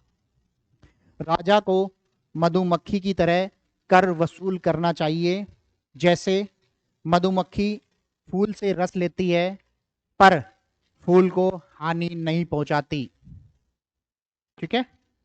और अर्थशास्त्र के अध्याय नंबर 5 में लिखा है। देना चाहो तो ये रेफरेंस भी लिख सकते हो, ठीक है। ये चाणक्य की लाइन है ये। अब ये बताइए, ये क्वेश्चन आपको रट भी गया हो, सिनॉप्सिस रट ली हो आपने, है ना। और इसके शुरुआत में एक अच्छी कर प्रणाली की विशेषता पूछ रहा है, तो इसमें क्या करेंगे? पहले तो कर की परिभाषा देंगे, भाई बड़ा क्वेश्चन है ना। और एक अच्छी कर प्रणाली, जैसा कि एक आदर्श, अच्छी से पहले लिखेंगे कि एक आदर्श कर प्रणाली जैसा कि रामराज की अवधारणा के तहत है, ये थी, है ना। और एक अच्छी कर प्रणाली, फिर वो सारे गुण लिख दी जो किताब में लिखे हुए, इस तरह से दो दो लाइन में खोलते हुए, फिर अंत में चाणक्य वाला भी कोटेशन डाल दिया, मधुमक्खी वाला, या मधुमक्खी वाले को पहले ले लो, वो थोड़ा सटीक बैठ रहा है ना। आप लिख देंगे तो नंबर एक्स्ट्रा मिलेगा नहीं मिलेगा? शायद इस तरह की कोटेशन इस टॉपिक में नहीं सोची होगी हमने। हमने सोचा था बस सीधा सीधा आया किताब का लिख के आ जाएंगे। क्यों? क्योंकि हमारी आदतें क्यों नहीं थी? क्योंकि हमें कभी मिला ही नहीं ऐसा कुछ कहीं पे लिखा हुआ, क्योंकि हमने पहले ही मैगी खाई है ना। मैगी खा के जीवन में चलाना बेटा, नहीं आते सड़ जाएगी। प्रॉपर किताब पढ़ने की आदत डालिए, है ना। किताब से सिनॉप्सिस बनाएंगे तो ये सब चीजें मिलेगी, और सिनॉप्सिस से सिनॉप्सिस बनाओगे तो कुछ नहीं मिलेगा, है ना। यानी सिनॉप्सिस मतलब पतले पतले जो नोट्स मिल जाते हैं हमको, खुश हो जाते हैं, बट बहुत घातक चीज होती है बेटा वो, जो स्लो पॉइजन है। और जब मेंस के एग्जाम में पता चलता है, हालांकि कुछ बच्चों को तो टेस्ट सीरीज में भी पता चल जाता है उससे कि क्या हो रहा है मेरे साथ में, बट समय जा चुका होता है, ठीक है। चलिए, तो आज की ये मूल रामायण थी ये। कल की क्लास में कुछ जो मैंने टॉपिक्स दिए, 4 होमवर्क दिए हैं और 2 क्वेश्चन भी लिखने को दिए, तो ये 6 अनिवार्यतम करके लाएंगे, ठीक है ना। एक चीज और यहां चलती है निर्माण में, उसमें एडमिशन नहीं लेना है आपको, वो एक मेंटरशिप, ठीक है। उसमें 5 दिन फ्री में बैठना है। जिनको दिक्कत होती है किसी भी सब्जेक्ट का निचोड़ कैसे करें, है ना, या उत्तर लेखन में फिर भी समस्या आए, तो मेरे यहाँ की वो फ्री रहेगी 5 दिन में। वो रेगुलर होती है, कभी भी डेमो तो फ्री होता नहीं क्लास में, तो एज ए डेमो आ जाना, पर्ची बनवाना, मैडम मुझे डेमो लेना है। ये मत बोलना कि फ्री में क्लास करके भागना है, ऐसा बोल दो शायद मैडम ना दे। तो ये बोलना है कि मुझे डेमो लेना है, 5 दिन उस क्लास में बैठो, है ना। और जो टास्क दी जा रही है उसको अक्सर से पचा के देखो, और छठे दिन नमस्कार कर लेना, चाहे सीख जाओगे इतने दिन में, है ना। तो उससे ताकत आ जाएगी, सोचने का तरीका आ जाएगा। तो वो कर लेना चाहिए, मेरा ऐसा मानना है। जब कुछ चीज़ें फ्री में मिल जाती है तो, है ना, उसको, और काम की चीज़ है। और उसमें डेली जो फीस वाले बच्चे बैठ रहे हैं उनके साथ ही बैठना, ऐसा नहीं वो खाना पूर्ति होगी, कुछ मजा आएगा उसमें भी, वो कर लेना। हाँ, जिन बच्चों को प्री में, कितने ऐसे बच्चे जो प्री रुकता है, एक काम करना आप भी, निर्माण प्लस की ऐप है, ठीक है, निर्माण आईएएस वाली नहीं, प्लस वाली। निर्माण आईएएस पे खाली यूपीएससी वाले कोर्स आते हैं, दिल्ली से चलती है वो। एमपीपीएससी के लिए उसमें प्लस वाली जो ऐप है, उसमें एक दहलीज नाम का एक बैच है 80+ के नाम से। उसमें 3 क्लास हिस्ट्री की है, एमपी हिस्ट्री की, और 3 एमपी ज्योग्राफी की है। उसको सुनना एक बार, कि क्या कभी उस मैनर से हमने किताबों से चीजें निकाल के पढ़ने की आदत डाली है क्या। उससे फिर आपके प्री के जीवन भर के लिए सरदर्द दूर हो जाएंगे, ठीक है। और अगली क्लास में मैं चर्चा भी करूंगा, जो कल क्लास होगी ना, तो प्री प्री की बात कल की क्लास में भी होगी। तो उसको एक बार उसको सुनना है, 3 3 या 4 4 क्लास उसमें डेमो खुली होगी, है ना। और भी लगे तो मैं 2 4 क्लास और खुलवा दूंगा, ओपन कर दूंगा, फ्री में हो जाएगा वो भी, तो उसको भी सुन लेना एक बार। जिन बच्चों का प्री रुक रहा है वो वाकई में वो समझ में आ जाएगा कि इतने मोटे 5 पेज का एक चैप्टर है, उसमें से मेन मेन चीजें कैसे ढूंढ के कैसे प्रोजेक्ट की जाती है, और वहीं से क्वेश्चन भी आते हैं। एक आदत हो जाएगी, यानी फैक्ट को आइडेंटिफाई करना। फैक्ट के लेवल्स होते हैं कि अनिवार्यतम, संभावित है ना, अनिवार्यतम आते रहे हैं, रिपीट होते रहे हैं। और तीसरा, उस विषय को समझ के लिए भी जरूरी है फैक्ट, परंतु पेपर में नहीं पूछ रहा है। तो इन तीनों को आइडेंटिफाई जिस दिन करने की आदत हो जाती है, हमारे लिए प्री थोड़ा सा इजी हो जाता है। नहीं तो मोटी मोटी किताबें होती है ना, भर भर के फैक्ट दिए होते हैं। तो उन 3 4 क्लास से एक वो भी माइंडसेट आप में आ जाएगा, अनिवार्यतम, ठीक है। और कोई ऐसा जो अभी पहली बार आया है, तो निर्माण में एक 20 जुलाई से बैच चालू हो रहा है, नए फाउंडेशन बैच, सुबह 8 बजे। कोई भी आपके छोटे भाई भी हो तो उसमें भी एक, किसी को ये नहीं बोलना कि एडमिशन लेना है, जाइए 5 दिन डेमो लीजिए, है ना। और उस बैच में पूरा ये जो सिनॉप्सिस बनवाई है ना, तो अब से हम लोग बनवाना भी चालू कर रहे हैं। सिनॉप्सिस डेली का काम होगा, क्लास में ही बनवा दी जाएगी। अब वो आपको अलग से जैसे ऐसी क्लास लेने की कभी जरूरत नहीं पड़ेगी। तो आपकी जो भी कोई नई पीढ़ी के लोग आ रहे हैं, भतीजे भतीजे छोटे भाई भाई, तो आप उनको डेमो के तौर पे भेज सकते हैं 20 तारीख से सुबह 8 बजे से, ठीक है। चलिए, और कुछ पूछना है तो कल फिर मिलेंगे हम लोग 11 बजे सर। तो चलो, पिछली क्लास निबंध वाली क्लास में कितने बच्चे आए थे, कितने आज नए है, नए कितने बच्चे हैं। चलो, नए वाले मोबाइल खोले, हंसेंगे नहीं, बाकी पुराने वाले बचा हंसेंगे नहीं। हाँ, हंसो मत पापियो, है फीस, मैं एक फीस ले रहा हूँ आपसे। मोबाइल खोलो नए वाले बच्चे, नेट चल ही रहा होगा, अभी मत बोलना सर नेट नहीं चल रहा, चल रहा होगा ना नेट तो उसमें गूगल खोलो, जल्दी खोल लिया गूगल, उस पर सर्च करो निर्माण आईएएस इंदौर, आ गया। तो लड़की हंस रही है कि सर, है मतलब पहले बोला था कुछ ऐड नहीं करवाएंगे, अब करवा रहे हैं। तो उसको खोलो, खोल लिया, निर्माण आईएएस आ गया। उसमें एक रिव्यू का बटन आया होगा, उसको क्लिक कर लो। और 5 से कम तो दोगे ही क्या, है 5 भी कोई संख्या है तो दे देना 5। और एक चंद लाइन लिख देना कि सर आज फेयर लवली लगा के आए थे, ठीक है। चलिए, बहुत बहुत धन्यवाद, खुश रहिए, कल मिलते हैं 11 बजे। और जिनको कुछ पूछना हो पूछ भी सकता है, अभी मैं फ्री हूं। कुछ पूछना है अभी तक की आज की पूरी रामायण के संदर्भ में। और एक चीज और, क्योंकि जब ये 6 दिन की क्लास हो जाएगी ना, तो अगर आप किसी भी कोर्स में निर्माण में नहीं, तो इसका मतलब ये नहीं कि आपसे टाटा बाय बाय, ठीक है। उसके बाद में जब कुछ काम कर लें आप, 10 5 यूनिट की, 2 4 5 यूनिट की सिनॉप्सिस है, तो उसको भी चेक कराने मेरे पास आ सकते हैं। निर्माण में कभी भी 1 रुपये नहीं लिया जाता है, ठीक है। तो वो भी चेक करा लें। फिर कुछ क्वेश्चन भी लिखें घर पे, कभी कभी आ जाएगा वो टहलते हुए। तो जो बच्चे पहले से वाकिफ होंगे, 2 साल से हम लोग हैं, तो कभी मेरे ऑफिस के द्वारा मुझसे मिलने के लिए मना नहीं किया जाता है। मैं उतना ही फ्री हूं जितने आप फ्री हैं, बिल्कुल खाली आदमी हूं तुम्हारी तरह, है ना। हाँ, तो मुझे कोई काम धाम नहीं है। कभी कभी ऑफिस थोड़ा सा काम दे देता है, बाकी मैं एकदम वेला आदमी हूं। तो मेरा सदुपयोग कर सकते हैं आप आके, है ना। निर्माण का जो टेलीग्राम का ग्रुप है, उसमें जब मैं इंदौर आता हूँ उसकी सूचना डल भी जाती है। तो जब भी आप देखें कि मैं यहीं हूं, तो आके मेरा खून पी सकते हैं, शोषण कर सकते हैं आप लोग, ठीक है। चलिए, धन्यवाद, जय हिंद, जय भारत।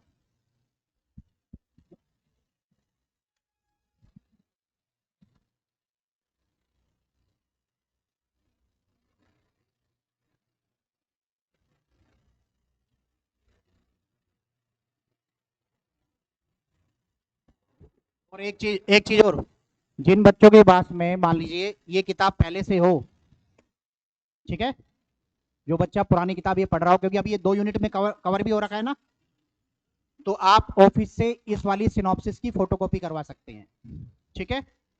बट शर्त क्या, ये वाली किताब होनी चाहिए, तो फिर खिचड़ी बन जाएगी ना, दूसरी कोचिंग के बाद गड़बड़ हो जाएगी। तो वो बच्चा फोटोकॉपी इस ऑफिस से अपना एक आई कार्ड लेके आएंगे, वो ऑफिस में रख के जाएंगे, इसको बाहर ले जाएंगे, फोटोकॉपी करा के वापस दे देंगे, तो आई कार्ड मिल जाएगा वापस।